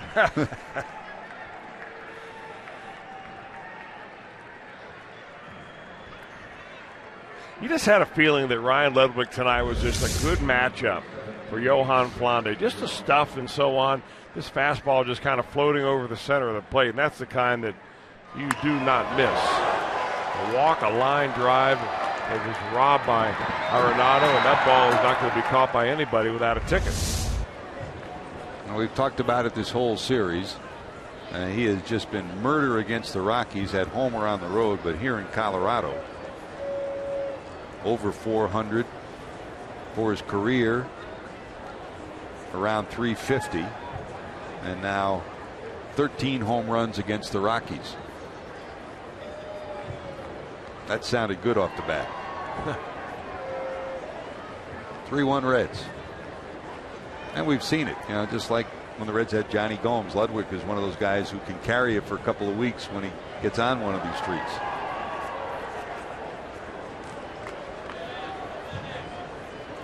Here's Negron, struck out looking, struck out swinging, 0 for 2. So the walk to Santiago and the big bolt from Ryan, and the Reds lead it 3-1. Yeah, we speculated that we thought that this matchup has happened before in the minor leagues, that they both play in the International League for an extended period of time, and sure enough, Josh Hall all over it, as tweeted out by the Louisville Bats. Negron is 2 for 6, not including the 2 strikeouts tonight.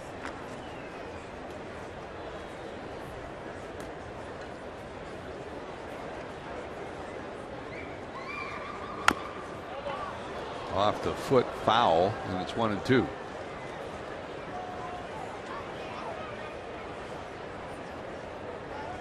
That's an ouch. You don't want to put weight on it.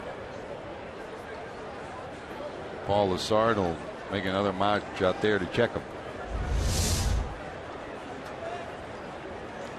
Ooh, right off the top of the foot.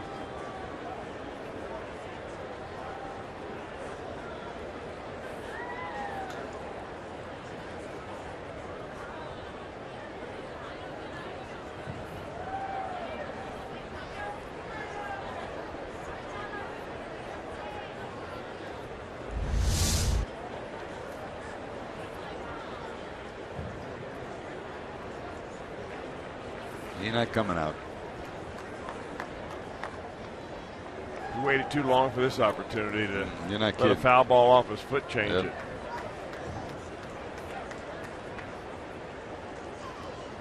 1 ball, 2 strikes to Negron.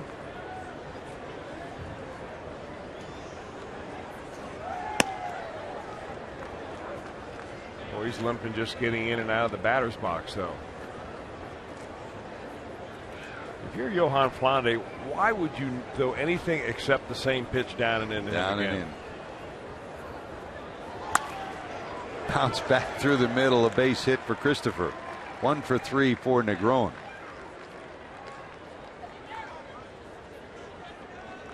Had a homer in game 1 and a 1 for 4 day, and now 1 for 3 here. Coming after his 4-hit effort on Friday.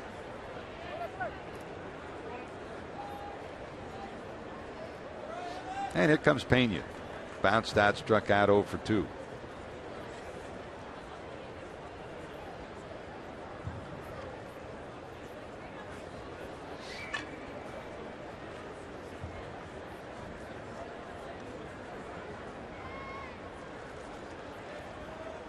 And Rosario will take a slow walk out to check on his left-hander, make sure they're on the same page.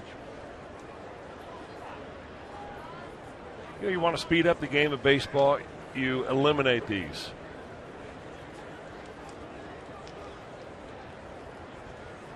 But I can tell you, half the time the catcher comes out there, he's not even talking about baseball.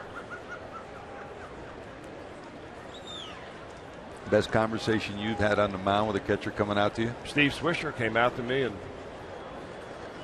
Dodger Stadium and said, check out there in the 4th row, that's Angie Dickinson.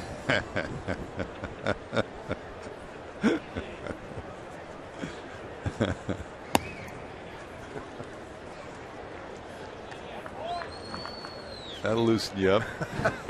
Not that you needed that, Welshie. I appreciated the levity, though. Second only to Morgana, right? Pena slaps it foul, 1 ball, 1 strike. Now, would you want to eliminate that?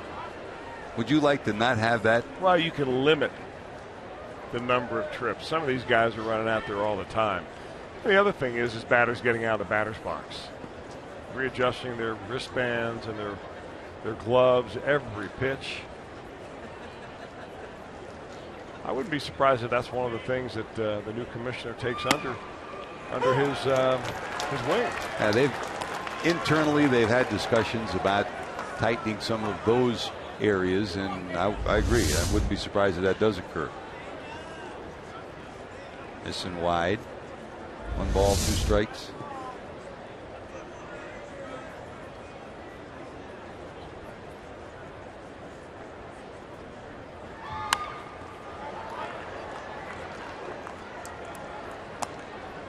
I mean, very often it's not the catcher that's going out there on his own. It's the manager telling the catcher either to buy time to get somebody up in the bullpen or to send a message. And there are those times that it does turn an inning too.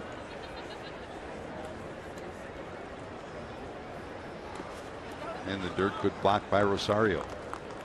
Let me just take an example of the hitters that step out, and like Big Papi. I mean, it takes forever.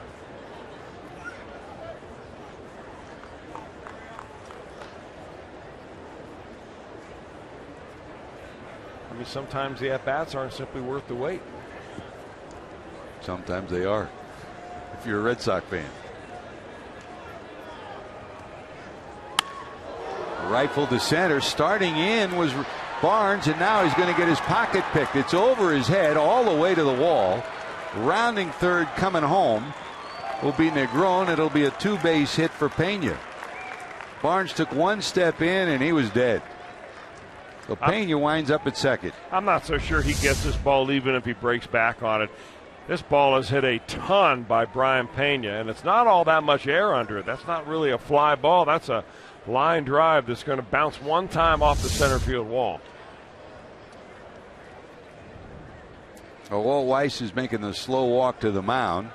With Brooks Brown out in the bullpen, looks like he'll make the change. And while the pitching change takes place, it's time for a Skyline Chili call to the bullpen. You're watching Reds baseball on Fox Sports Ohio.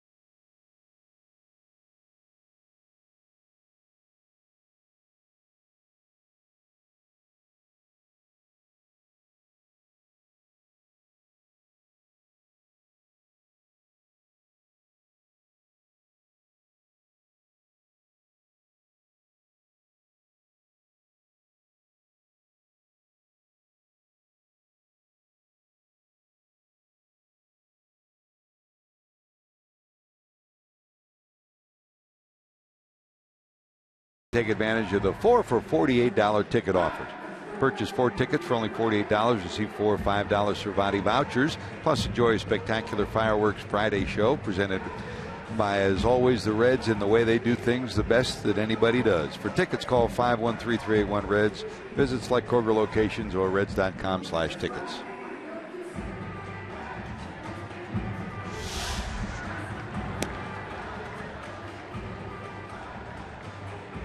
Now the new pitcher for the Rockies is a former Georgia Bulldog. Brooks Brown, now 29 years old, made his major league debut earlier this year. Actually just last month. Young man originally selected by Arizona in the 2006 amateur player draft, and he's made his way over here and has finally made the big leagues with the Rockies. So Flande goes 5 1/3, allows 6 hits, 4 runs, the runner on second. His responsibility as Brown goes to work facing Zach Cozart, the shortstop. You know, Flande did just about what those guys around the Rockies told us that he would, George, Yep. which is pitch pretty well for the first couple of times through the order. Then you figure him out, and the Reds have laid into him here for 3 runs here in the 6th inning, 3rd time through the order. Big league for Pena at second. Here's Cozart. Zach fly to center, bounce to second.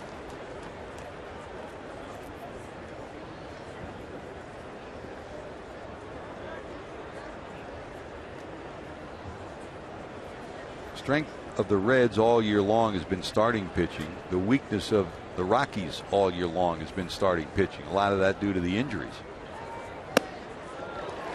And the Reds lead the National League in number of innings per start, and the Rockies have been among their starters. The Rockies have been either 13th, 14th, or 15th all year.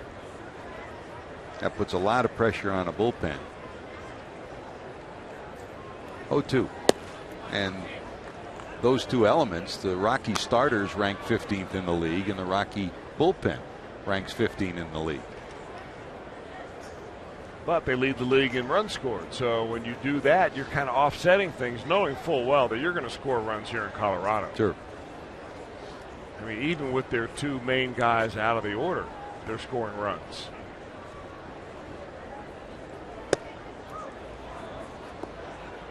And it's always been the biggest question for the Rockies organization and for the success of the Rockies. I mean, their offensive numbers are off the charts, and again this year they're number 1 in runs, number 1 in home runs, but most of those are compiled here.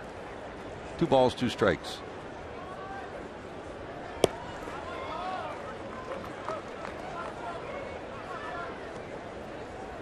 And in the end, it's usually the same story. When you get to October, it's the team that has the best pitching that gets there. I mean, under Clint Hurdle, when they won 21 of 22 to end the year, that was a miraculous year. 3-2.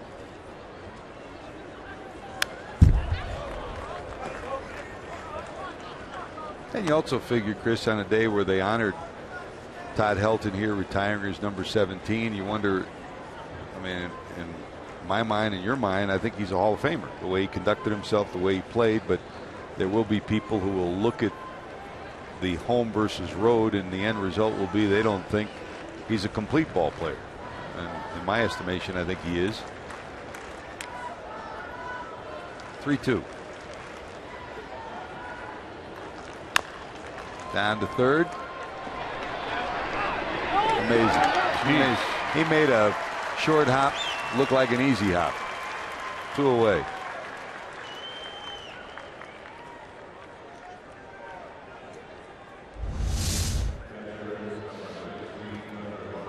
The short hops are the toughest ones, especially when he comes in backhand. Not only does he field it, but he fakes the second to make sure that that runner at second base has no idea of coming over to third.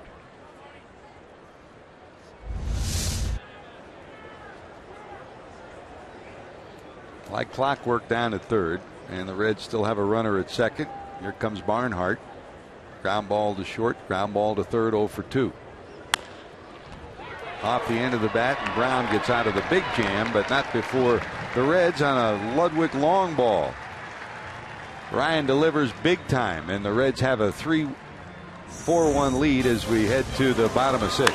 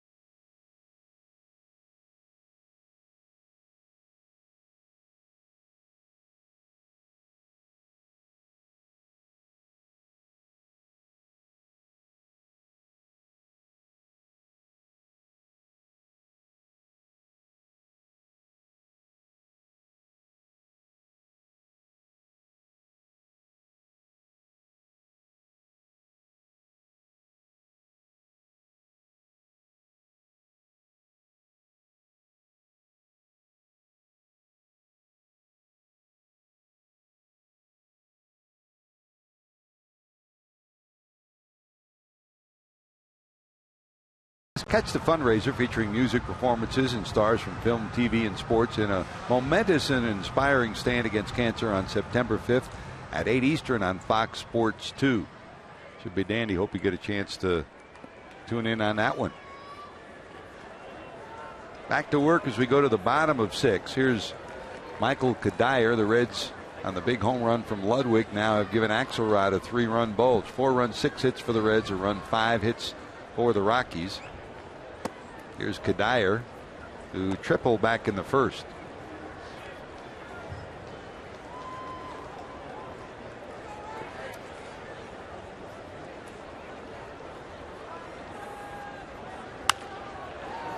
Hop foul down the right field line. It'll be out of play.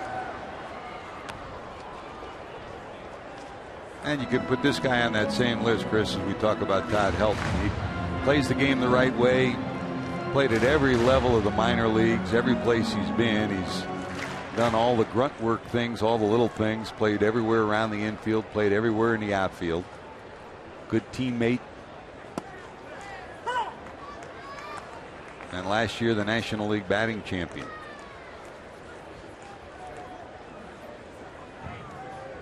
Minnesota just couldn't keep him, but boy, they lost a lot in their clubhouse when he left. Yeah, you're right. I think he likes hitting here in Colorado, too. Ideal spot.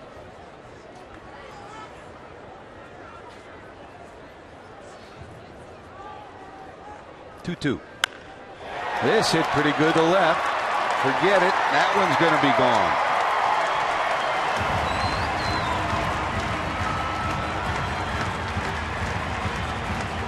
A triple and a homer on this day after coming off the disabled list in game 1 today with 1 base hit.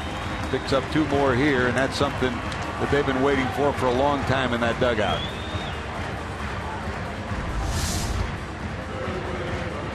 Has not made many mistakes tonight. In fact, both the runs have come on solo shots. And Dyer gets a whole bunch of this one. 6 home runs, now 16 runs knocked in this abbreviated year.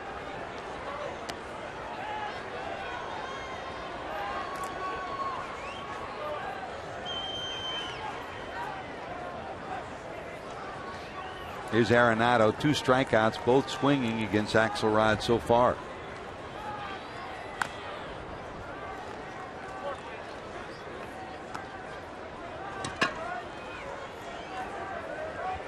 What a difference a couple hours makes, huh? Tied his career high with the 4 hits and a walk in game 1, and struggled so far in 2 at-bats against the Reds right-hander.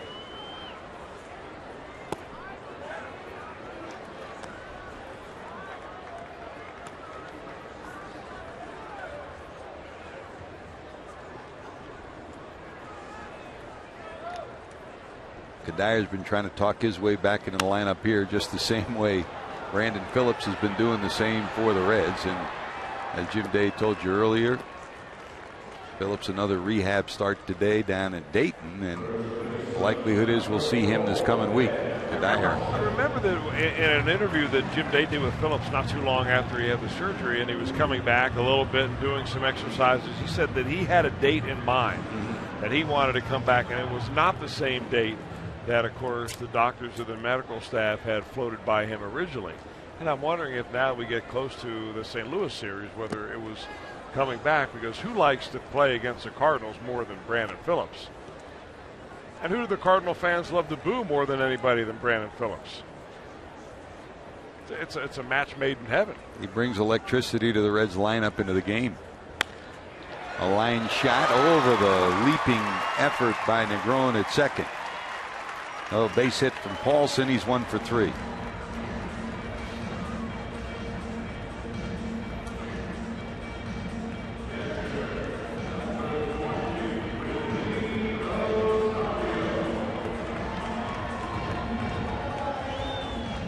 Oh, run in on the homer, 1 out, 1 on, and here's Rosario, singled first time up, grounded out last time up.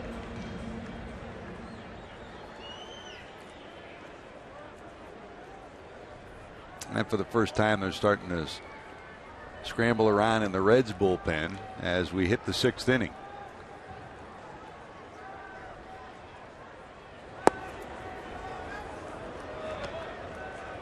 I think you'd probably say, if you were the Reds and Brian Price, that you'd be happy with 5 or 6 decent innings from the Axelrod, and they've certainly gotten that. Oh, he's given them way more than what I'm sure that they ever thought that they would get.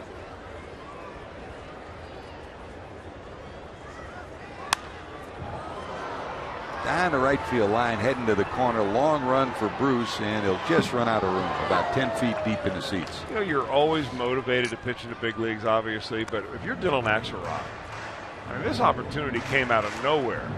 All of a sudden, he's pitching, you know, instead of for the Charlotte Knights, AAA for the Chicago White Sox. He gets traded, and he probably looks around the bats, and he thinks, man, maybe the big league team needs somebody.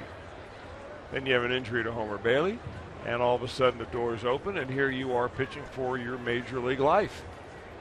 Doesn't mean he's not going to be sent down, but you know, the way he's pitched tonight, he may be one of those guys on the short list to be called back up in September or even earlier.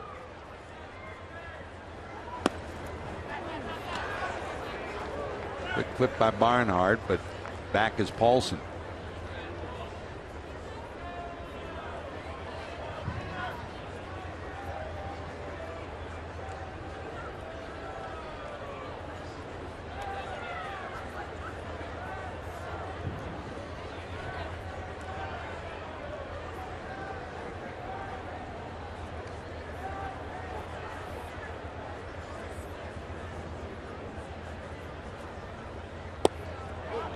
Waves at it, tries to check it, can't do it.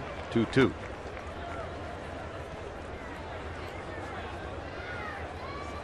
And for every player that makes it up here, there's usually managers and coaches that have had a lot to do with it down at the minor league level that are sitting down there rooting too.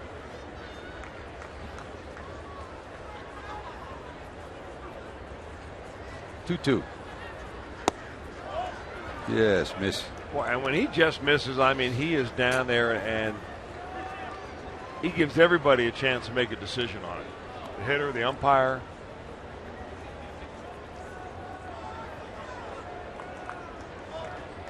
Obviously, Dylan Axelrod has not pitched this way every time out, or else he would have been in the big leagues a long time ago.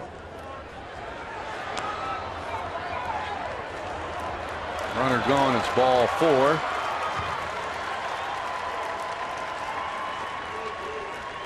And there'll be runners at first and second. And that'll bring up Brandon Barnes, who homered last time up, 421 feet worth of home run to lead off the 5th. And don't forget, after every Reds game, Fox Sports Ohio brings down the story of what went on the 9 innings before, with the first interviews with Brian Price and all the players. JD will give you the story after this one. Of course, Jeff Pecoro, Brian Giesenslaw will be back in the studios to cap it off. Reds Live brought to you by Performance Kings Honda.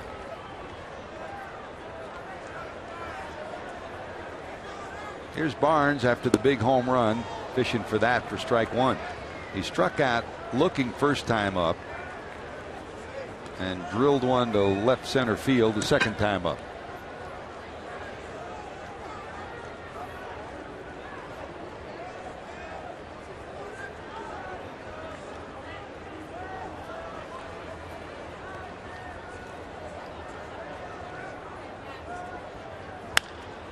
Down to third, gobbled up by Santiago.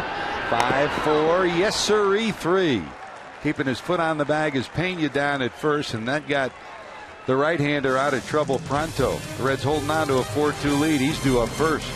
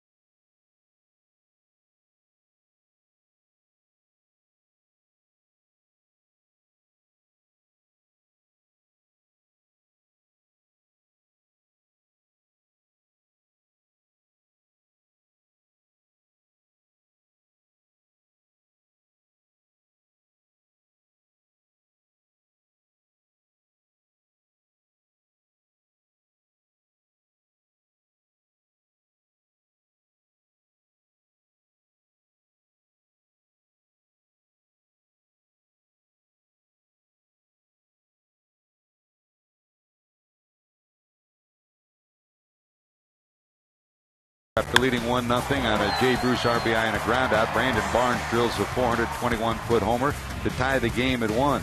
Then the Reds went back to work. In the 6th inning, Ryan Ludwig hits his 13th home run against the Colorado Rockies. He's punished them. That gives the Reds a 3-1 lead after a walk to Santiago. Then a double by Pena makes it 4-1 as Negron scampers home. Add another round tripper, this one by Michael Kadire. That led off the 6th inning. That gives you a 4-2 marker, and that's where we stand right now. The Reds still leading 4-2, 4 runs, 6 hits, no errors, 4 left on base, 2-7-0, 5 left on base for the Colorado Rockies. Meanwhile, while all that's going on, Chris, 103 pitches from Dylan Axelrod. Your report card on him, it looks like his night is done, and boy, did he do it. Well, without the effort that he gave the Reds tonight, we wouldn't be talking about the offense is important, because he came out there and just was dealing. That big grin on his face. Good for him.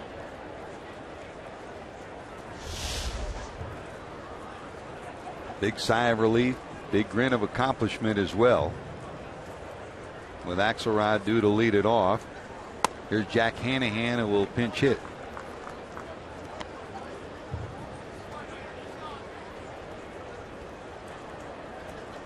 Hanahan had 1 at bat and struck out in the 8th inning in Game 1.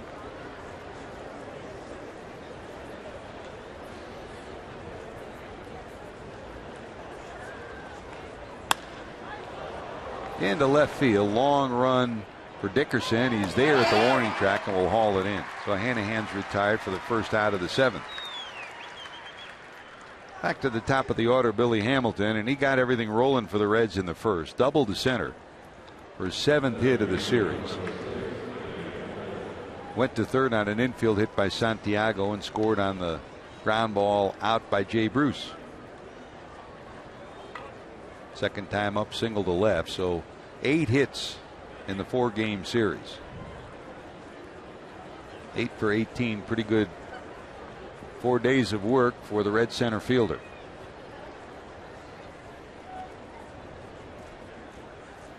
Brooks Brown to the stretch. That's a strike. Under 40 games remaining in the season, Chris. You look at this Central Division.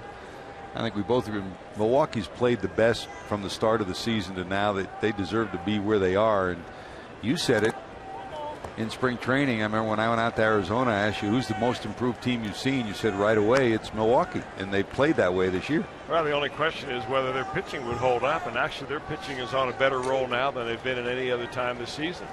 I think their starting pitching over the last 21 games has an earned run average under 2.5. So they're a good offensive club, as everybody knows, but I think they're underappreciated from their starting pitching standpoint. The ball's 2 strikes to Hamilton in the dirt. Adding Parra helps them too down the stretch. Versatile player, great defensive player, outstanding offensive player as well.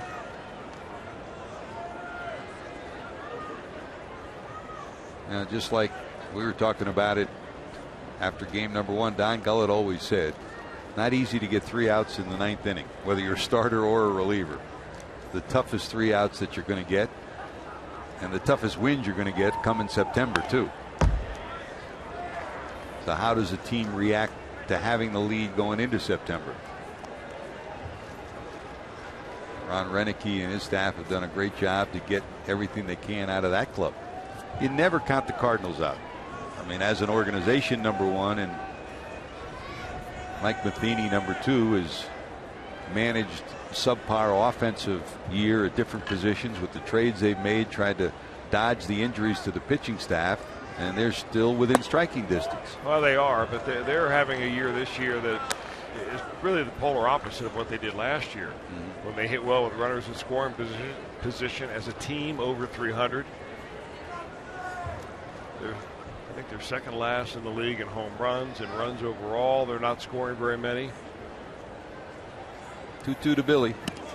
Look out. All the way to the backstop. I don't know how he got out of the way of that one. Recently, Mike Matheny's been a little testy with the press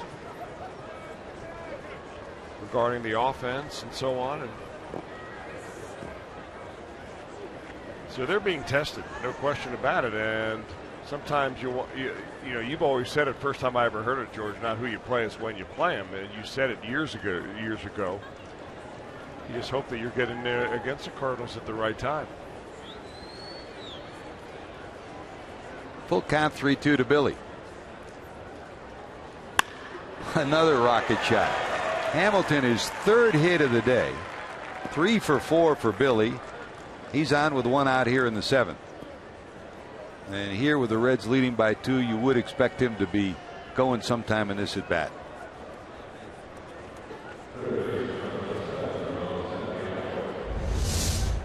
Well, you talk about a guy that already loves Coors Field.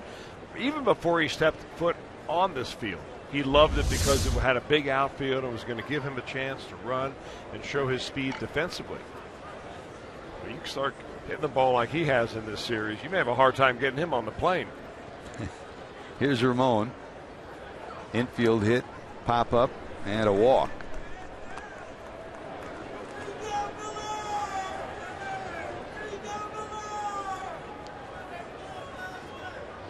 Now, just as they test hitters, first find out if you can hit a fastball. Secondly, they'll pitch you inside, and then they'll see how you handle a breaking ball. When you're a speedster, the first thing they'll do is try to cut off your bunting game, and everybody's tried to do that. There goes Billy. Pitch out. Into center field. He's going to wind up at third. A pitch out, and Rosario picked the ball off 4 feet in front of the home plate area, and he still can't throw him out. Yeah, you could have almost called a catcher's balk on that, because he was out of his catcher's area way before that ball was being delivered by the pitcher.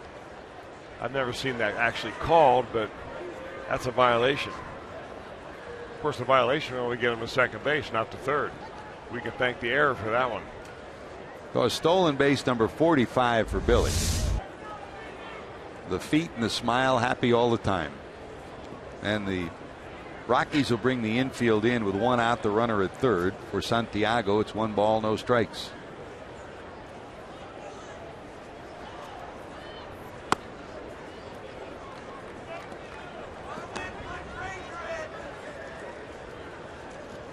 You said it earlier, you'd pay to watch Arenado play third, and you pay to watch Billy Hamilton at the park too. Huh? You're right. Yeah. You leave the beer line for Billy. Yep.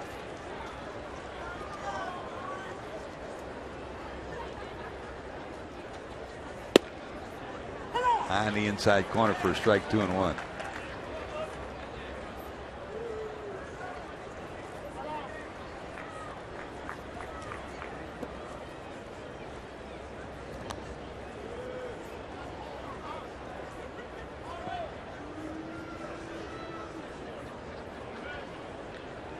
Boone Logan, the left-hander, loosening in the bullpen for the Rockies. Rosario sets up away, that misses away, and it's 3-1.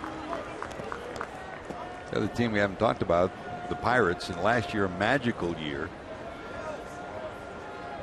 This year the wins have been more difficult. The dramatic victories not as prevalent as they were a year ago, but they're still hanging around. And they've had experience. That's the one thing that they didn't have before last year. They've been in a pennant race. 3-1. And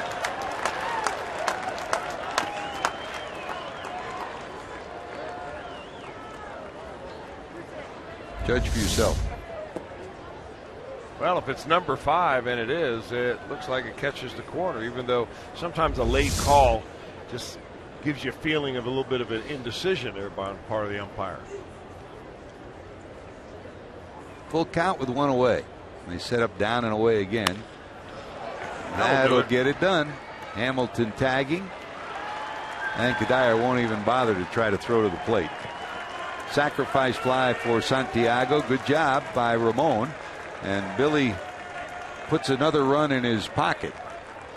A base hit, a stolen base, goes to third on the error. Get him on, get him over, get him in. That's the way you want to do it. That's the way the Reds do it to take a 5-2 lead. You know, that's the way, George, that error by the catcher throwing that ball into center field changes the entire inning for the Reds and the Rockies. I mean, and I think that catchers oftentimes get stung by that error when it's really not their bad. It should be blocked by the middle infielder instead of trying to make a quick swipe tag and then, on a short hop and then trying to tag the runner and then watching that ball go into center field and seeing the runner get the third base with one out. You're not doing the team any good with that. You got to just get your body in front of it and block it and try to keep Billy Hamilton to second. Reds put up an insurance run, lead at 5-2. Here's Bruce. Jay's ground ball produced a run in the first. And if you weren't with us for game one, he ended an 0-for-10 streak in the series with a long home run to right that brought the Reds to within one, 3-2 in the fourth inning. He had 3 hits in game one, 3 for 5. Game two, 0-for-3 and a strikeout.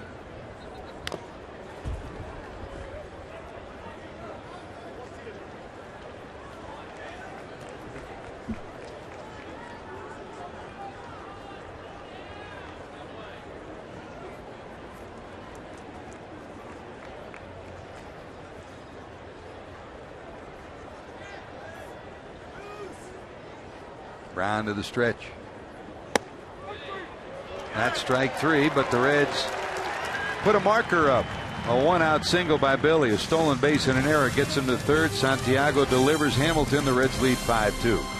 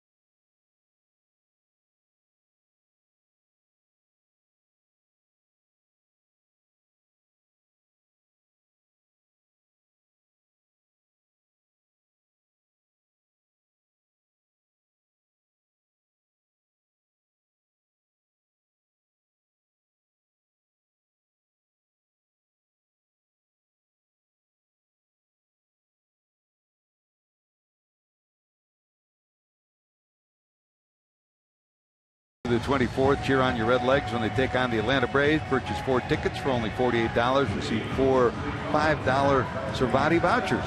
Purchase your tickets today and save with one of the 4 for $48. For tickets, call 513-381-REDS or visit reds.com/4 for $48.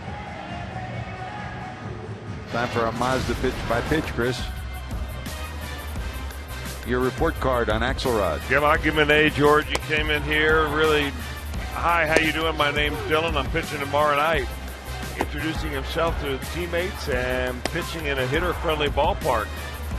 When the Reds needed his start as much as they've needed anyone all year long. I mean, let's face it. After that devastating loss of Game 1, it would have been awfully easy to roll over and let the Rockies run all over you here in Game 2. But 6 innings of 2-run baseball. Nice job by Axelrod. He will probably get a chance to pitch again up here. Carlos Contreras, new pitcher, only the second of the evening so far for the Reds. Carlos pitched well in game number 1 of the series, the Alfredo Simon start.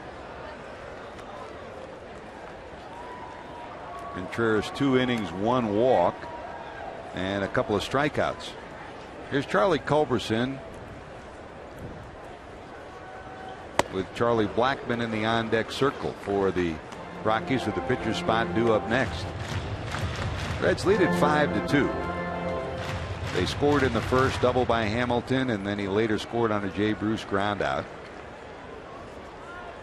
Rockies tied it at 1 in the 5th on a home run from Brandon Barnes. The Reds took the lead on a 2-run home run from Ludwig in the 6th inning, a monster shot to left center field. Added a run on an RBI by Pena to make it 4-1.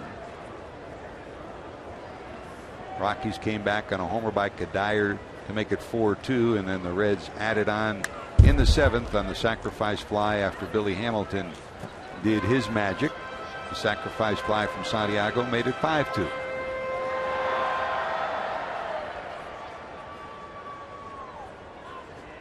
One ball, 2 strikes. Carlos dealing with Culberson, and then the pinch hitter Blackman.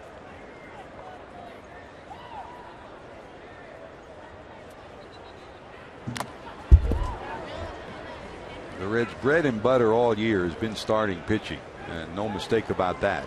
I mean, with their offensive struggles and all the injuries, but with where they are right now, Alfredo Simon trying to get the magic back, and one of the Reds' best competitors and best starters, Homer Bailey, on the sidelines. It's going to be the bullpen that will have to really pull its weight in the final 6+ weeks of the season if the Reds are going to hang in here.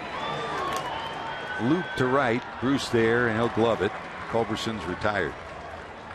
Well, the Reds have made 2 really nice finds in their organization this year. You know, when they signed Jumbo Diaz and they invited him to camp, he looked pretty good down there, but he's come up here and his mound presence, I mean, he's essentially taken over the 7th inning spot. And Carlos Contreras, we didn't even know about this young man in spring training, and they plucked him right out of Double-A, and he's been outstanding, except for a couple of blips in the radar here and there, but he's got great mound presence for a young pitcher.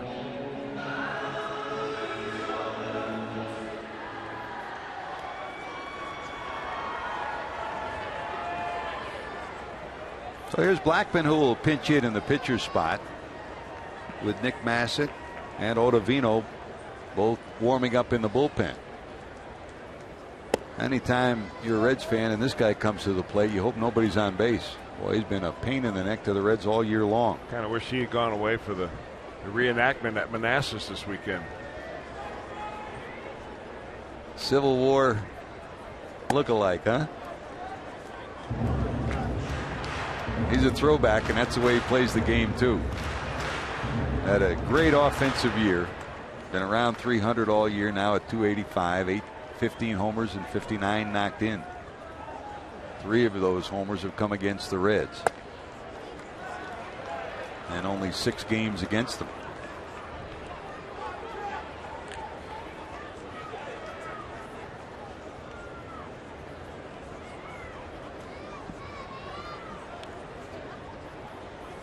Three-0 to Blackman.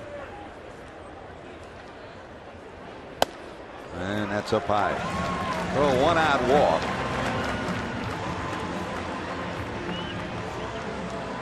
Barnhart, Todd Patton is reliever on the shoulder. In will come Santiago. Trying to settle down. The Reds know full well what happened in game 1. Brian Price, you weren't with us. Aroldis Chapman walked 4 straight batters, walked in 1 run. J.J. Hoover came in, and result, by the time the inning was over, a 3-run home run from Drew Stubbs gave the Rockies a 10-9 victory. You know, sometimes what happened to Contreras right there, I think, is they bring in a pinch hitter. You know who he is. He's ripped the Reds everywhere, and you try to throw a little bit too hard, and he got out away from himself that time. I mean, he didn't throw one pitch like that in that at bat against Blackman because he was kind of psyched out.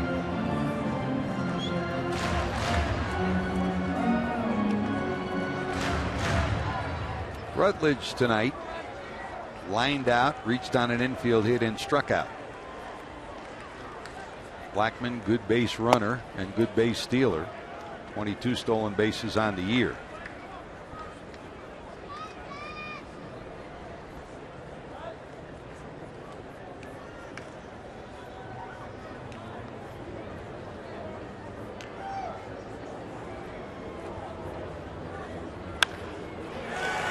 That's punched into right, a base hit. Blackman turns the corner. He'll go to third.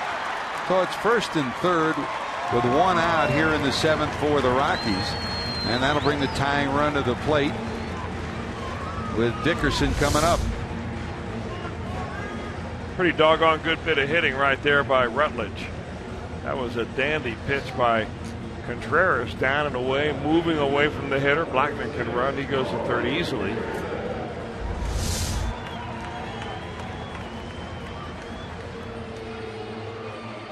Now the Reds will play a double play depth middle of the infield. Dickerson to the plate. He hit a bullet to Cozart first time up, hit one to the warning track in center second time up, and flied out in the fifth. Impressive offensive numbers in at .322 with those 17 home runs. Well, what Carlos Contreras is finding out tonight is that it's a little different deal when you come into a ball game in which your team is winning. He's only pitched in 3 games this year out of the 11 in which he's pitched that the Reds have won. So it's one thing when you're behind, you're eating up innings and so on. There's not as quite a bit of pressure. But when you're late in the game like this and you're ahead, that's when you begin to feel it. There's another base hit. That'll plate Blackman. Stopping at second will be Rutledge. So it's first and second. It's now a 5-3 game.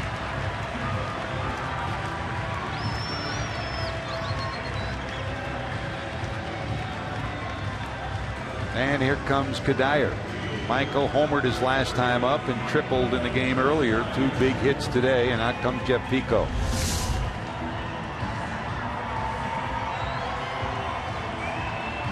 Well, that guy Dickerson, he can flat out hit.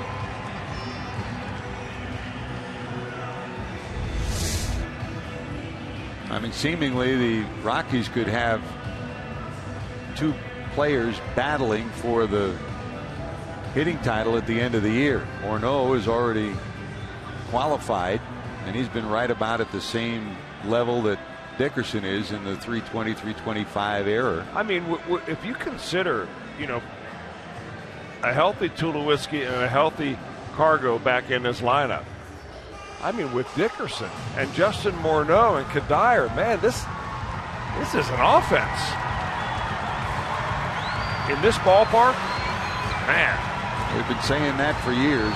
The question is, will they ever get enough pitching to make it all work? Well, right now, this is the big guy you want to get. The best offensive threat in this lineup, and Kadire's shown it tonight, coming off the disabled list, a triple and a home run. The home run is 6th of the year. And the dirt smothered by Barnhart. The good news is that was an important pitch right there, because he went with the breaking ball, and Barnhart called it because he figures that Kadire's not going to waste an at bat right here swinging at that breaking ball first pitch. He's a first pitch hitter, and you need to throw that one in there for a strike. He is susceptible to the ground ball. The Reds hoping to turn that into a double play here. 2-0. What Carlos Contreras probably hasn't learned at this point yet is that right now, rearing back and throwing harder is not the key. Rearing back and throwing that right in the corner is what you really need to do, because you will get a ground ball out of him. Not this time. That's a bullet into center. The runner around third. Here comes Hamilton. Throw. They'll hold him. They've been impressed with 3 throws that Hamilton has made already in this series. And Stu Cole down at third. His team down by 2 with 1 out. Didn't risk it as Hamilton rifles it to the plate.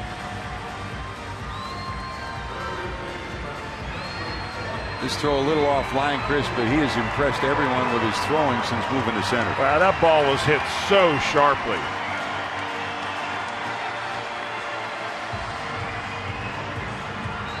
So here we are again. The bases are loaded. Kadire gets his 3rd hit of the night, and here comes Arenado, who had 4 hits in game 1, but he's 0 for 3 in game 2. See his numbers with the bases loaded, including those 2 grand slams.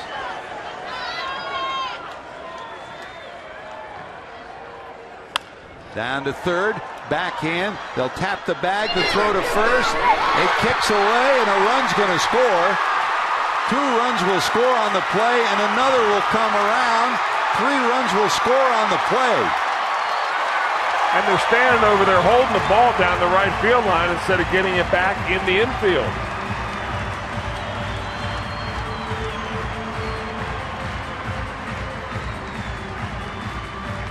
Boy, what looked like a double play ball that might end the inning empties the bases.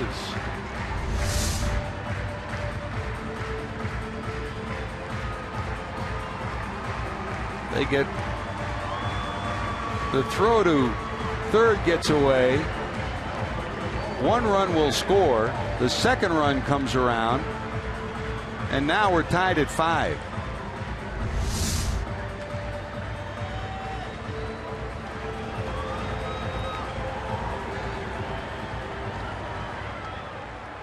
The third base umpire, Marcus Patillo, pointing at third base. The force was made on the first out, but the other 2 runners score. That leaves a runner now at third, and a very seldom seen error by the Reds infield.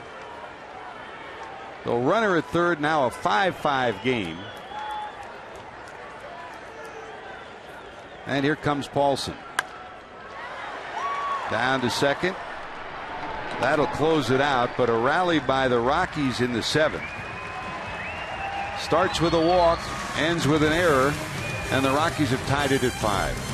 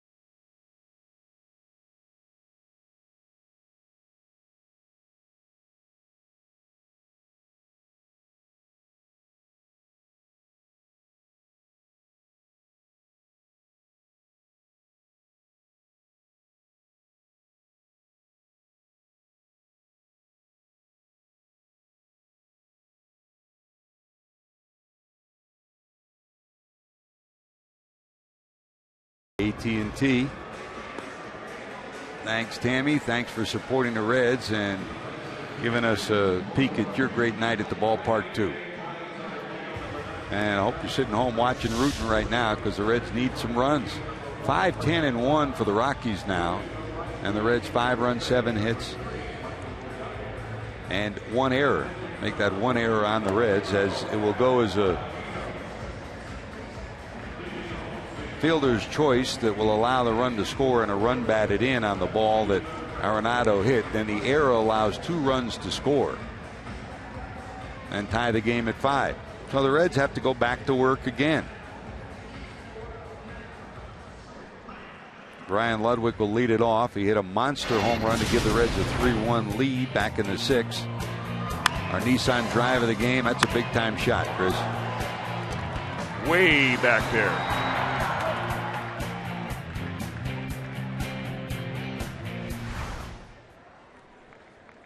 A little different deal now this time, though, for Ryan Ludwig. Last time it was the left-hander Johan Flande. This time Adam Ottavino. Hard-throwing right-hander coming into the game. Guy that steps towards the third base dugout and throws it from somewhere behind your left ear.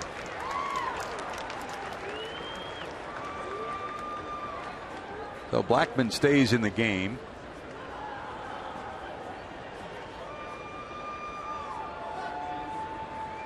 Ottavino on the mound, the second time he's faced the Reds in this series.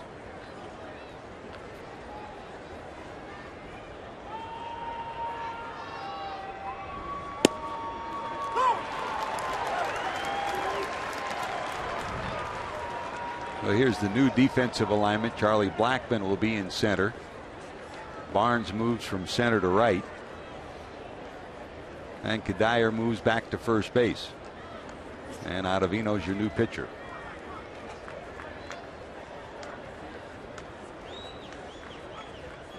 Ludwig reached on a walk, robbed of a hit on a leaping stab by Arenado at third, and then the homer. This time Ottavino gets him.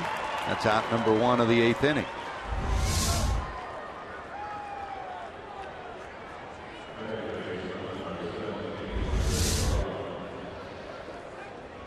So 1 away, and here's Negron. Chris struck out looking, then struck out swinging, and then singled in the 6th inning.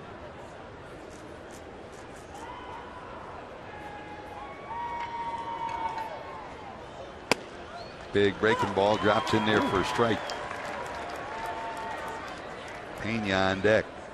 Reds runs have come in the first on a Billy Hamilton double. He later scored on a Bruce ground ball out. The 2-run home run from Ludwig, a double by Pena, and a sacrifice fly from Santiago. Billy 3 hits, 3 for 4 on the day. And all told, 9 hits in the series. That just misses.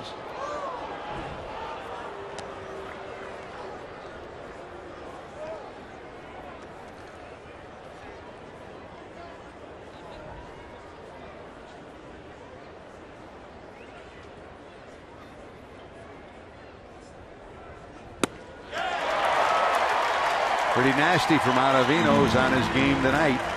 Back-to-back strikeouts.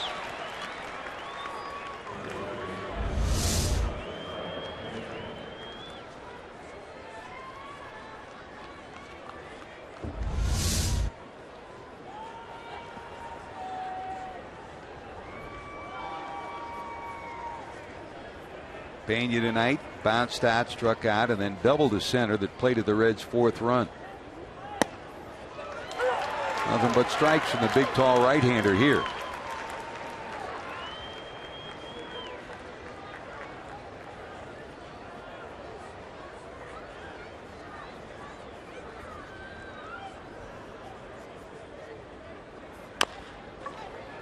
Right back to Ottavino. He'll flip it to Kadire, and it's a quick 1-2-3. Going to the bottom of 8. 5-5 game in Denver.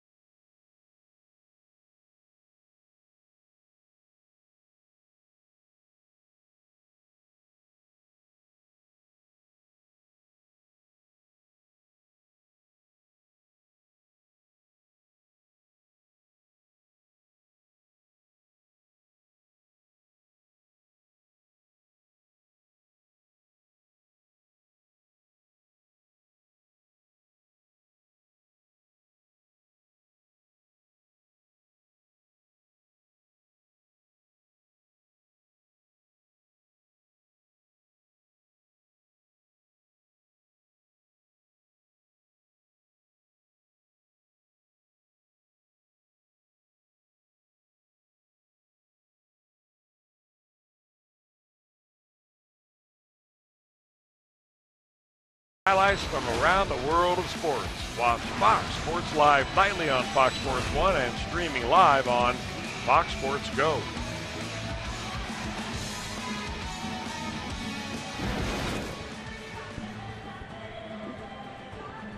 Well, Chris, here we go again.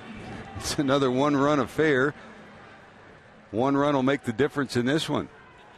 Contreras back to work as we head to the bottom of 8. The catcher Rosario will lead it off. Then Barnes and then Culberson. 5 runs, 10 hits for the Rockies in an error. 5-7-1 for the Reds. Rosario tonight. Singled, bounced out, and walked.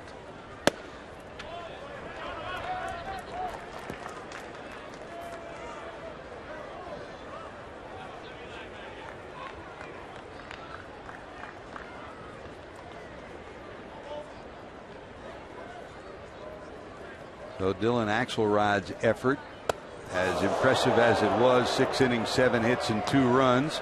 He cannot be the winning pitcher as the Rockies have rallied to tie it at 5.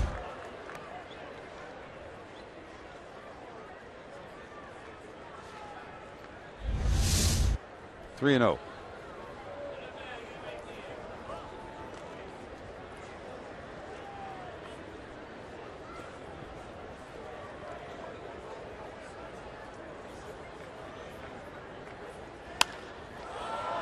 High in the air to short left field. Ludwig coming in, and there's your first out of the 8th.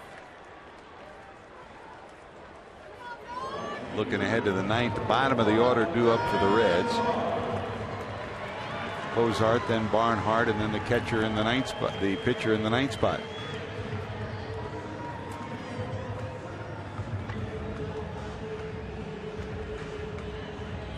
Here's Brandon. Barnes got the Rockies on the board with a home run back in the 5th inning. His 6th homer of the year. Struck out and bounced into a double play his other 2 at bats.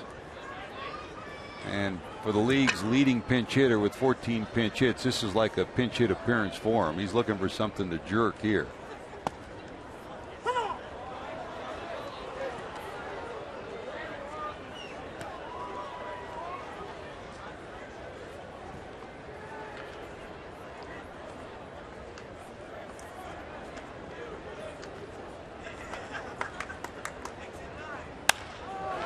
Left field sinking. Here comes Bruce. It'll drop in front of him. Broken bat, base hit to right. Now the go-ahead runner on. And here comes Culberson. 1 for 3 tonight.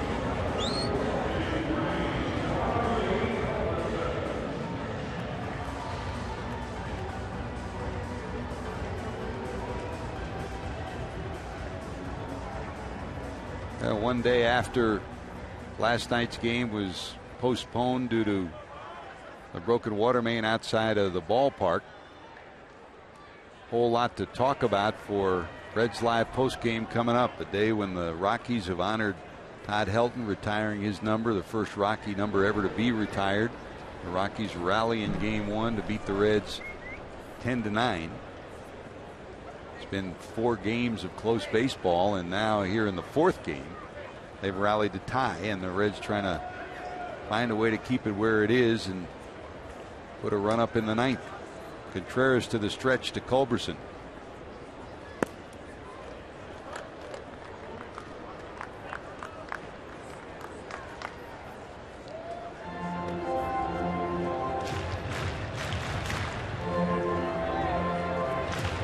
Troy Hawkins up and loosening in the bullpen.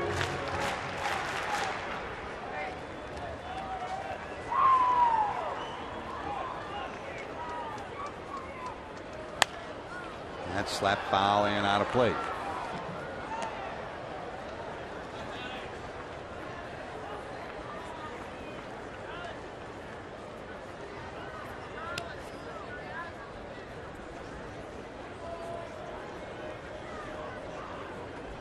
Veteran right-hander closing in on 1,000 games for his career. Bounce through the infield into center field, a base hit. Rounding second, but slamming on the brakes will be Barnes. So now the go-ahead run sitting out at second.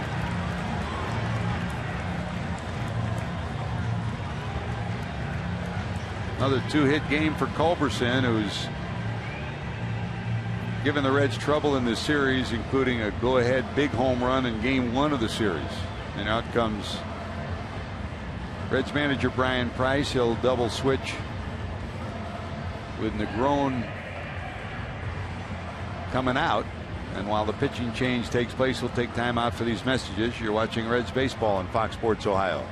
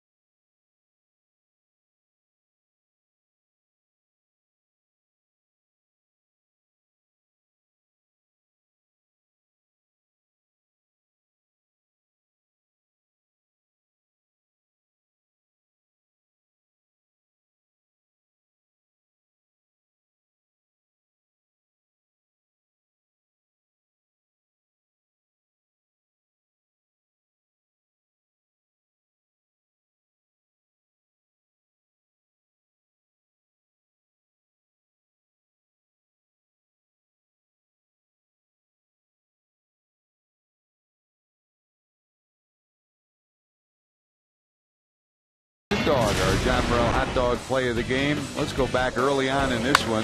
Axelrod delivers his first at bat, and what an effort by Pena. Second time in the series, Chris, he's flagged down a blistering line drive.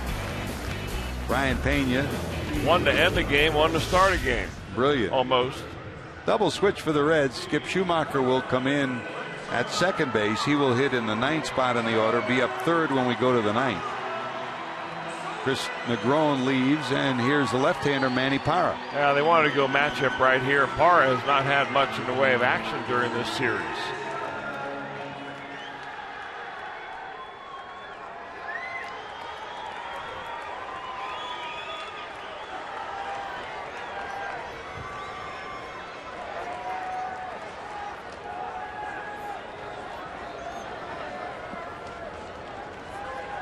So here's Blackman with runners at first and second. One out in the inning. Swing and a miss for strike one. The Reds double play depth, middle of the infield, trying to turn two and get out of this jam.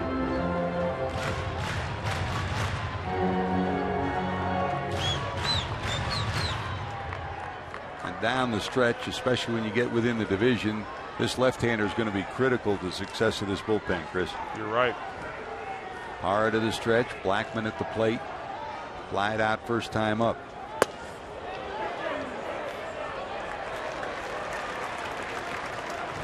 Walked last time up.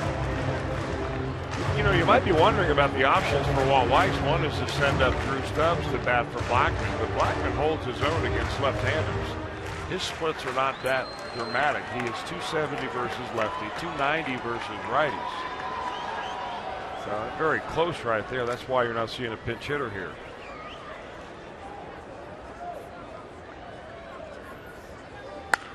Hit hard, but just foul. Only by about a foot. He won't be throwing on that hanger again.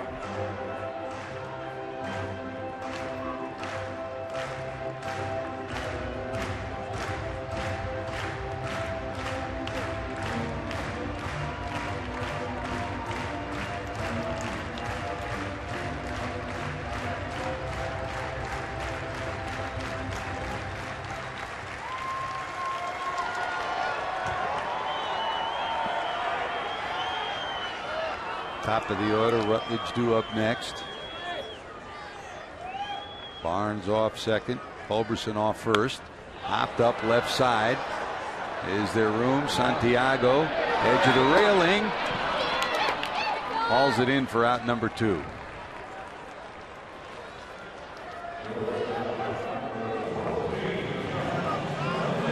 That'll bring up Rutledge with 2 away here in the 8th. Rutledge hit that line drive that you just saw Pena flag down in the 1st. He singled and stole a base in the 3rd, struck out in the 5th, and was part of the rally in the 7th that tied the game at 5 with a base hit to right. So overall 2 for 4 on the night. And Corey Dickerson on deck.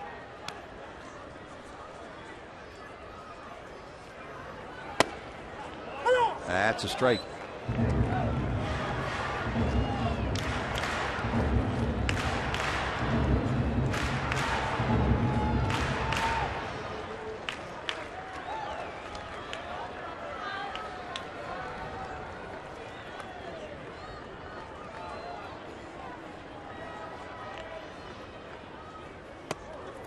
Good job by Barnhart. Boy. That was heading to the backstop. Oh, you're not kidding. It's like snagging a bottle rocket. Whoa.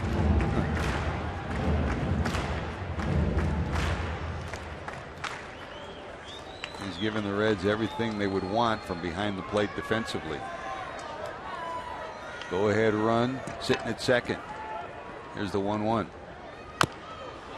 This will be a tough play. They'll let it go and no throw.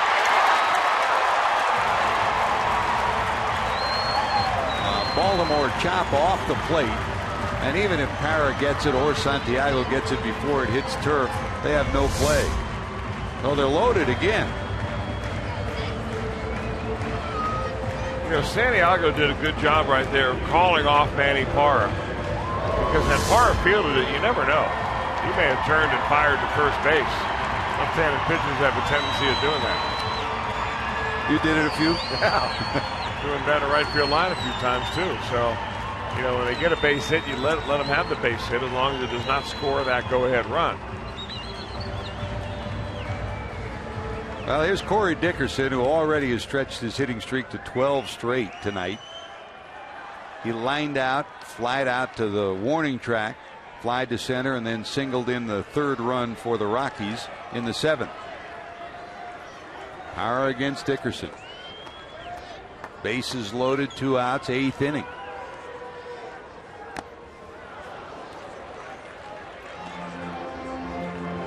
He holds his own against left-handers as well. How about a 298?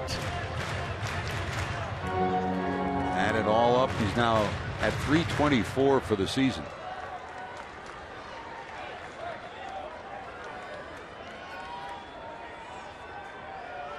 Impressive young hitter. He'll take a big swing, but in situations like this, he'll shorten that swing. 0-1. This one hit deep down the right field line, curving. Is it going foul? It is foul by no more than 6 or 7 feet.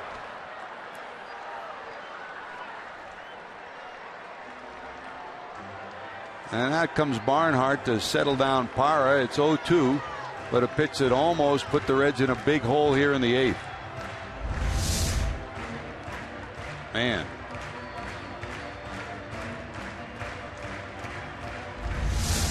It just kept hooking. He was so far in front, couldn't keep it straight, thankfully for the Reds. Boy, this young man's been impressive at the plate. How good has he been for this Rockies team? Take a look at the month of August. 0-2. Bounce through the infield. That's a broken bat base hit. 2 runs are going to score. Nobody at second. They'll get there and not in time.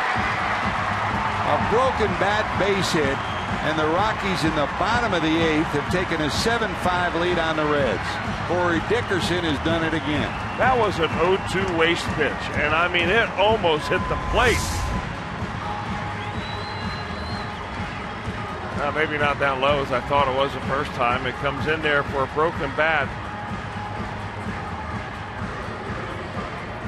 and neither of the infielders comes back and covers second base. So a heads-up play as Dickerson not only gets a base hit to break the tie, but he ends up on second base and smart base running. So it's a double and 2 runs batted in, and the Rockies now lead at 7-5, and still 2 runners in scoring position again for Kadire.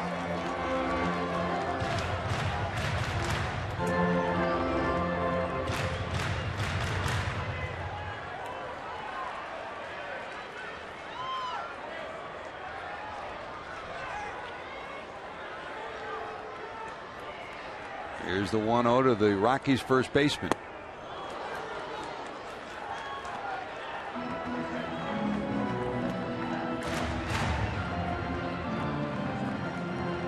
It's been late game lightning for the Rockies on this day.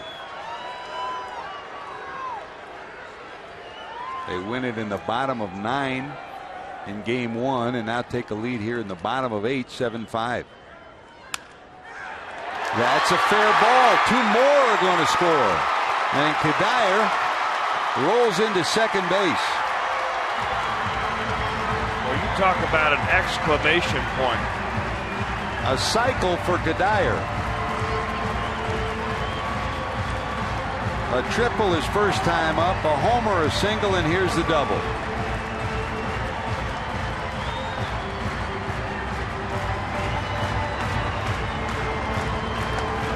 Well, it's been a smiling return for him, but boy, what a rough day for a Reds team that took the lead twice today, and both times they've relinquished it.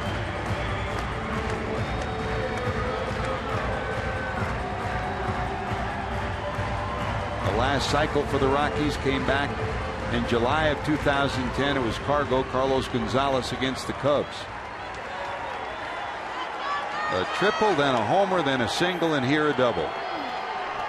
Well, back-to-back doubles here in the 8th.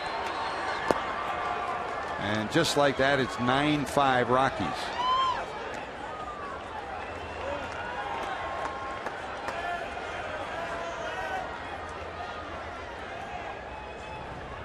There's Arenado. Strikeout, strikeout, fly ball out, and then plated a run on a fielder's choice and reached on an error.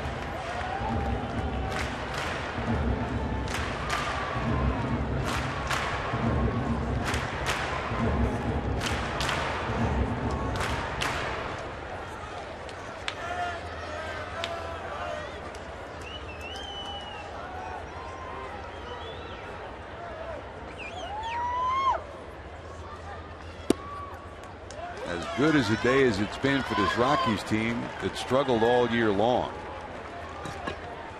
That's how difficult and disheartening a day it's been for the Reds. A lead in game 1, they lose it in the 9th. A lead here in game 2.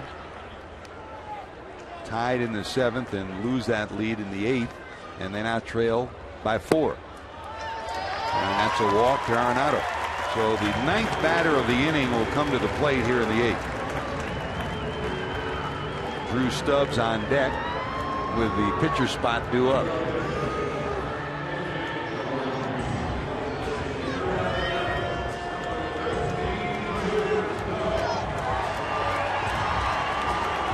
Here's Stubbs' first appearance in game 2. He ended game 1 with a big swing. Stubbs' home run, a walk-off shot, a 3-run shot, his 12th homer of the year. Gave the Rockies the 10-9 victory in game 1. Pinch hitting here for Ottavino in game 2.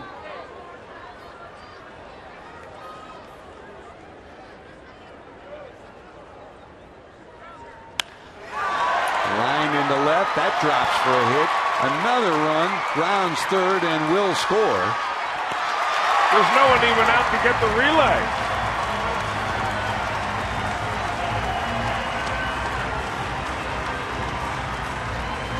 Bozart went to the bag at third.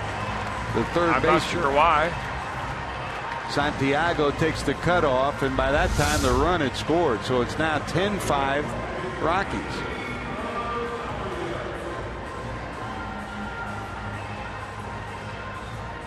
Well, that's a breakdown.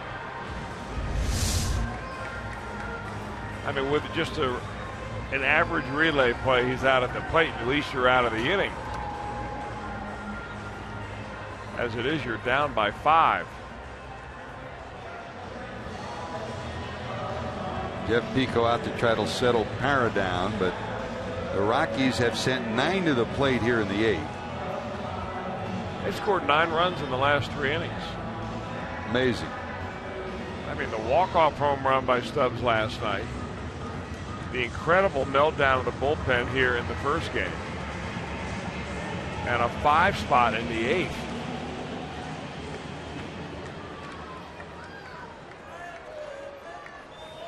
So here's Rosario, who started the inning with a fly ball out.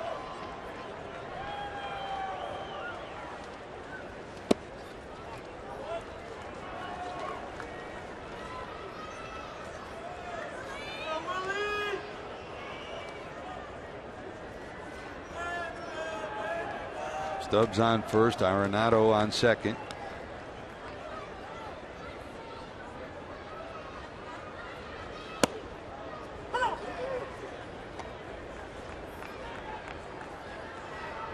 And Michael Kadire, who picked up his first ever batting title last year, picks up the cycle on this night.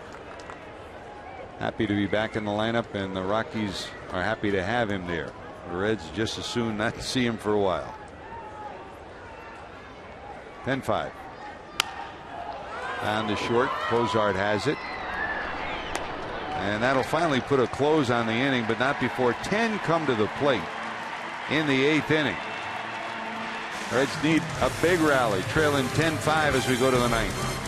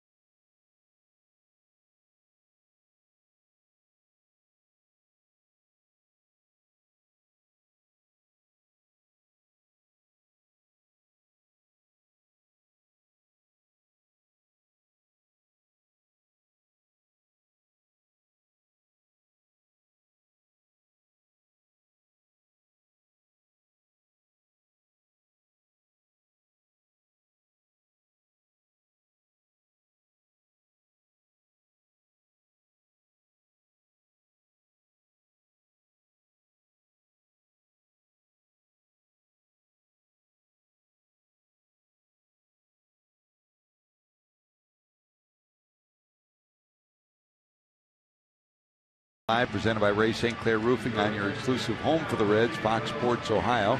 Don't forget, the guys will be bringing you the complete story before tomorrow's game. Reds Live against the Cardinals. Mike Leake against Justin Masterson. Reds Live begins at 7:30, and the Reds will send Mike Leake out to try to stop this slide and face Justin Masterson, who came over along with John Lackey, 2 of the acquisitions just prior to the July 31st trading deadline, Chris. They'll get their first look at him since the trade. Be a tough series in St. Louis. They did not think this would be a tough series, at least by comparison, in Colorado. I can't say this ball club is looking ahead to St. Louis or anything like that. They got outplayed in this series, period. No save opportunity here for LaTroy. He's already got 18 of those. 17th place on the all-time list. This is 984th game appearance. Stubbs stays in the game in center field. Blackman moves to left. And LaTroy Hawkins on the mound. So here's Cozart. Flied out and grounded out twice, 0 for 3.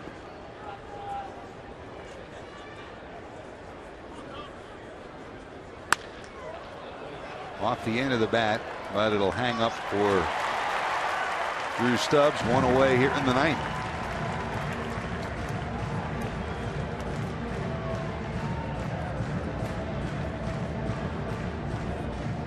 Christopher Negron, who's started off with a tremendous series and has played well throughout this whole series, can only look now like the rest of the Reds at a very difficult ninth inning.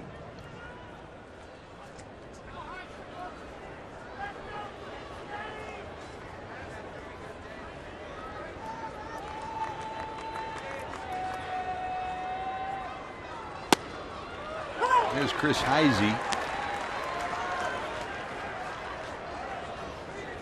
Heisey for the Reds this year as a pinch hitter, a couple of homers, 9 knocked in. A soft liner to the shortstop, and there's your second out.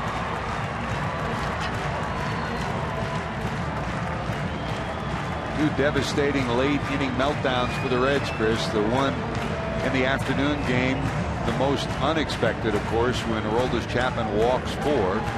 And J.J. Hoover gives up a 3-run home run to Drew Stubbs. And here in the second, they've given up 1 in the 7th, 3 in the 8th, by the run in the 6th, 3 in the 7th, and 5 in the 8th. Now, Brian Price is simply going to run out of things to say. What do you say? What do you say to the press? What do you say to your players after a weekend like this?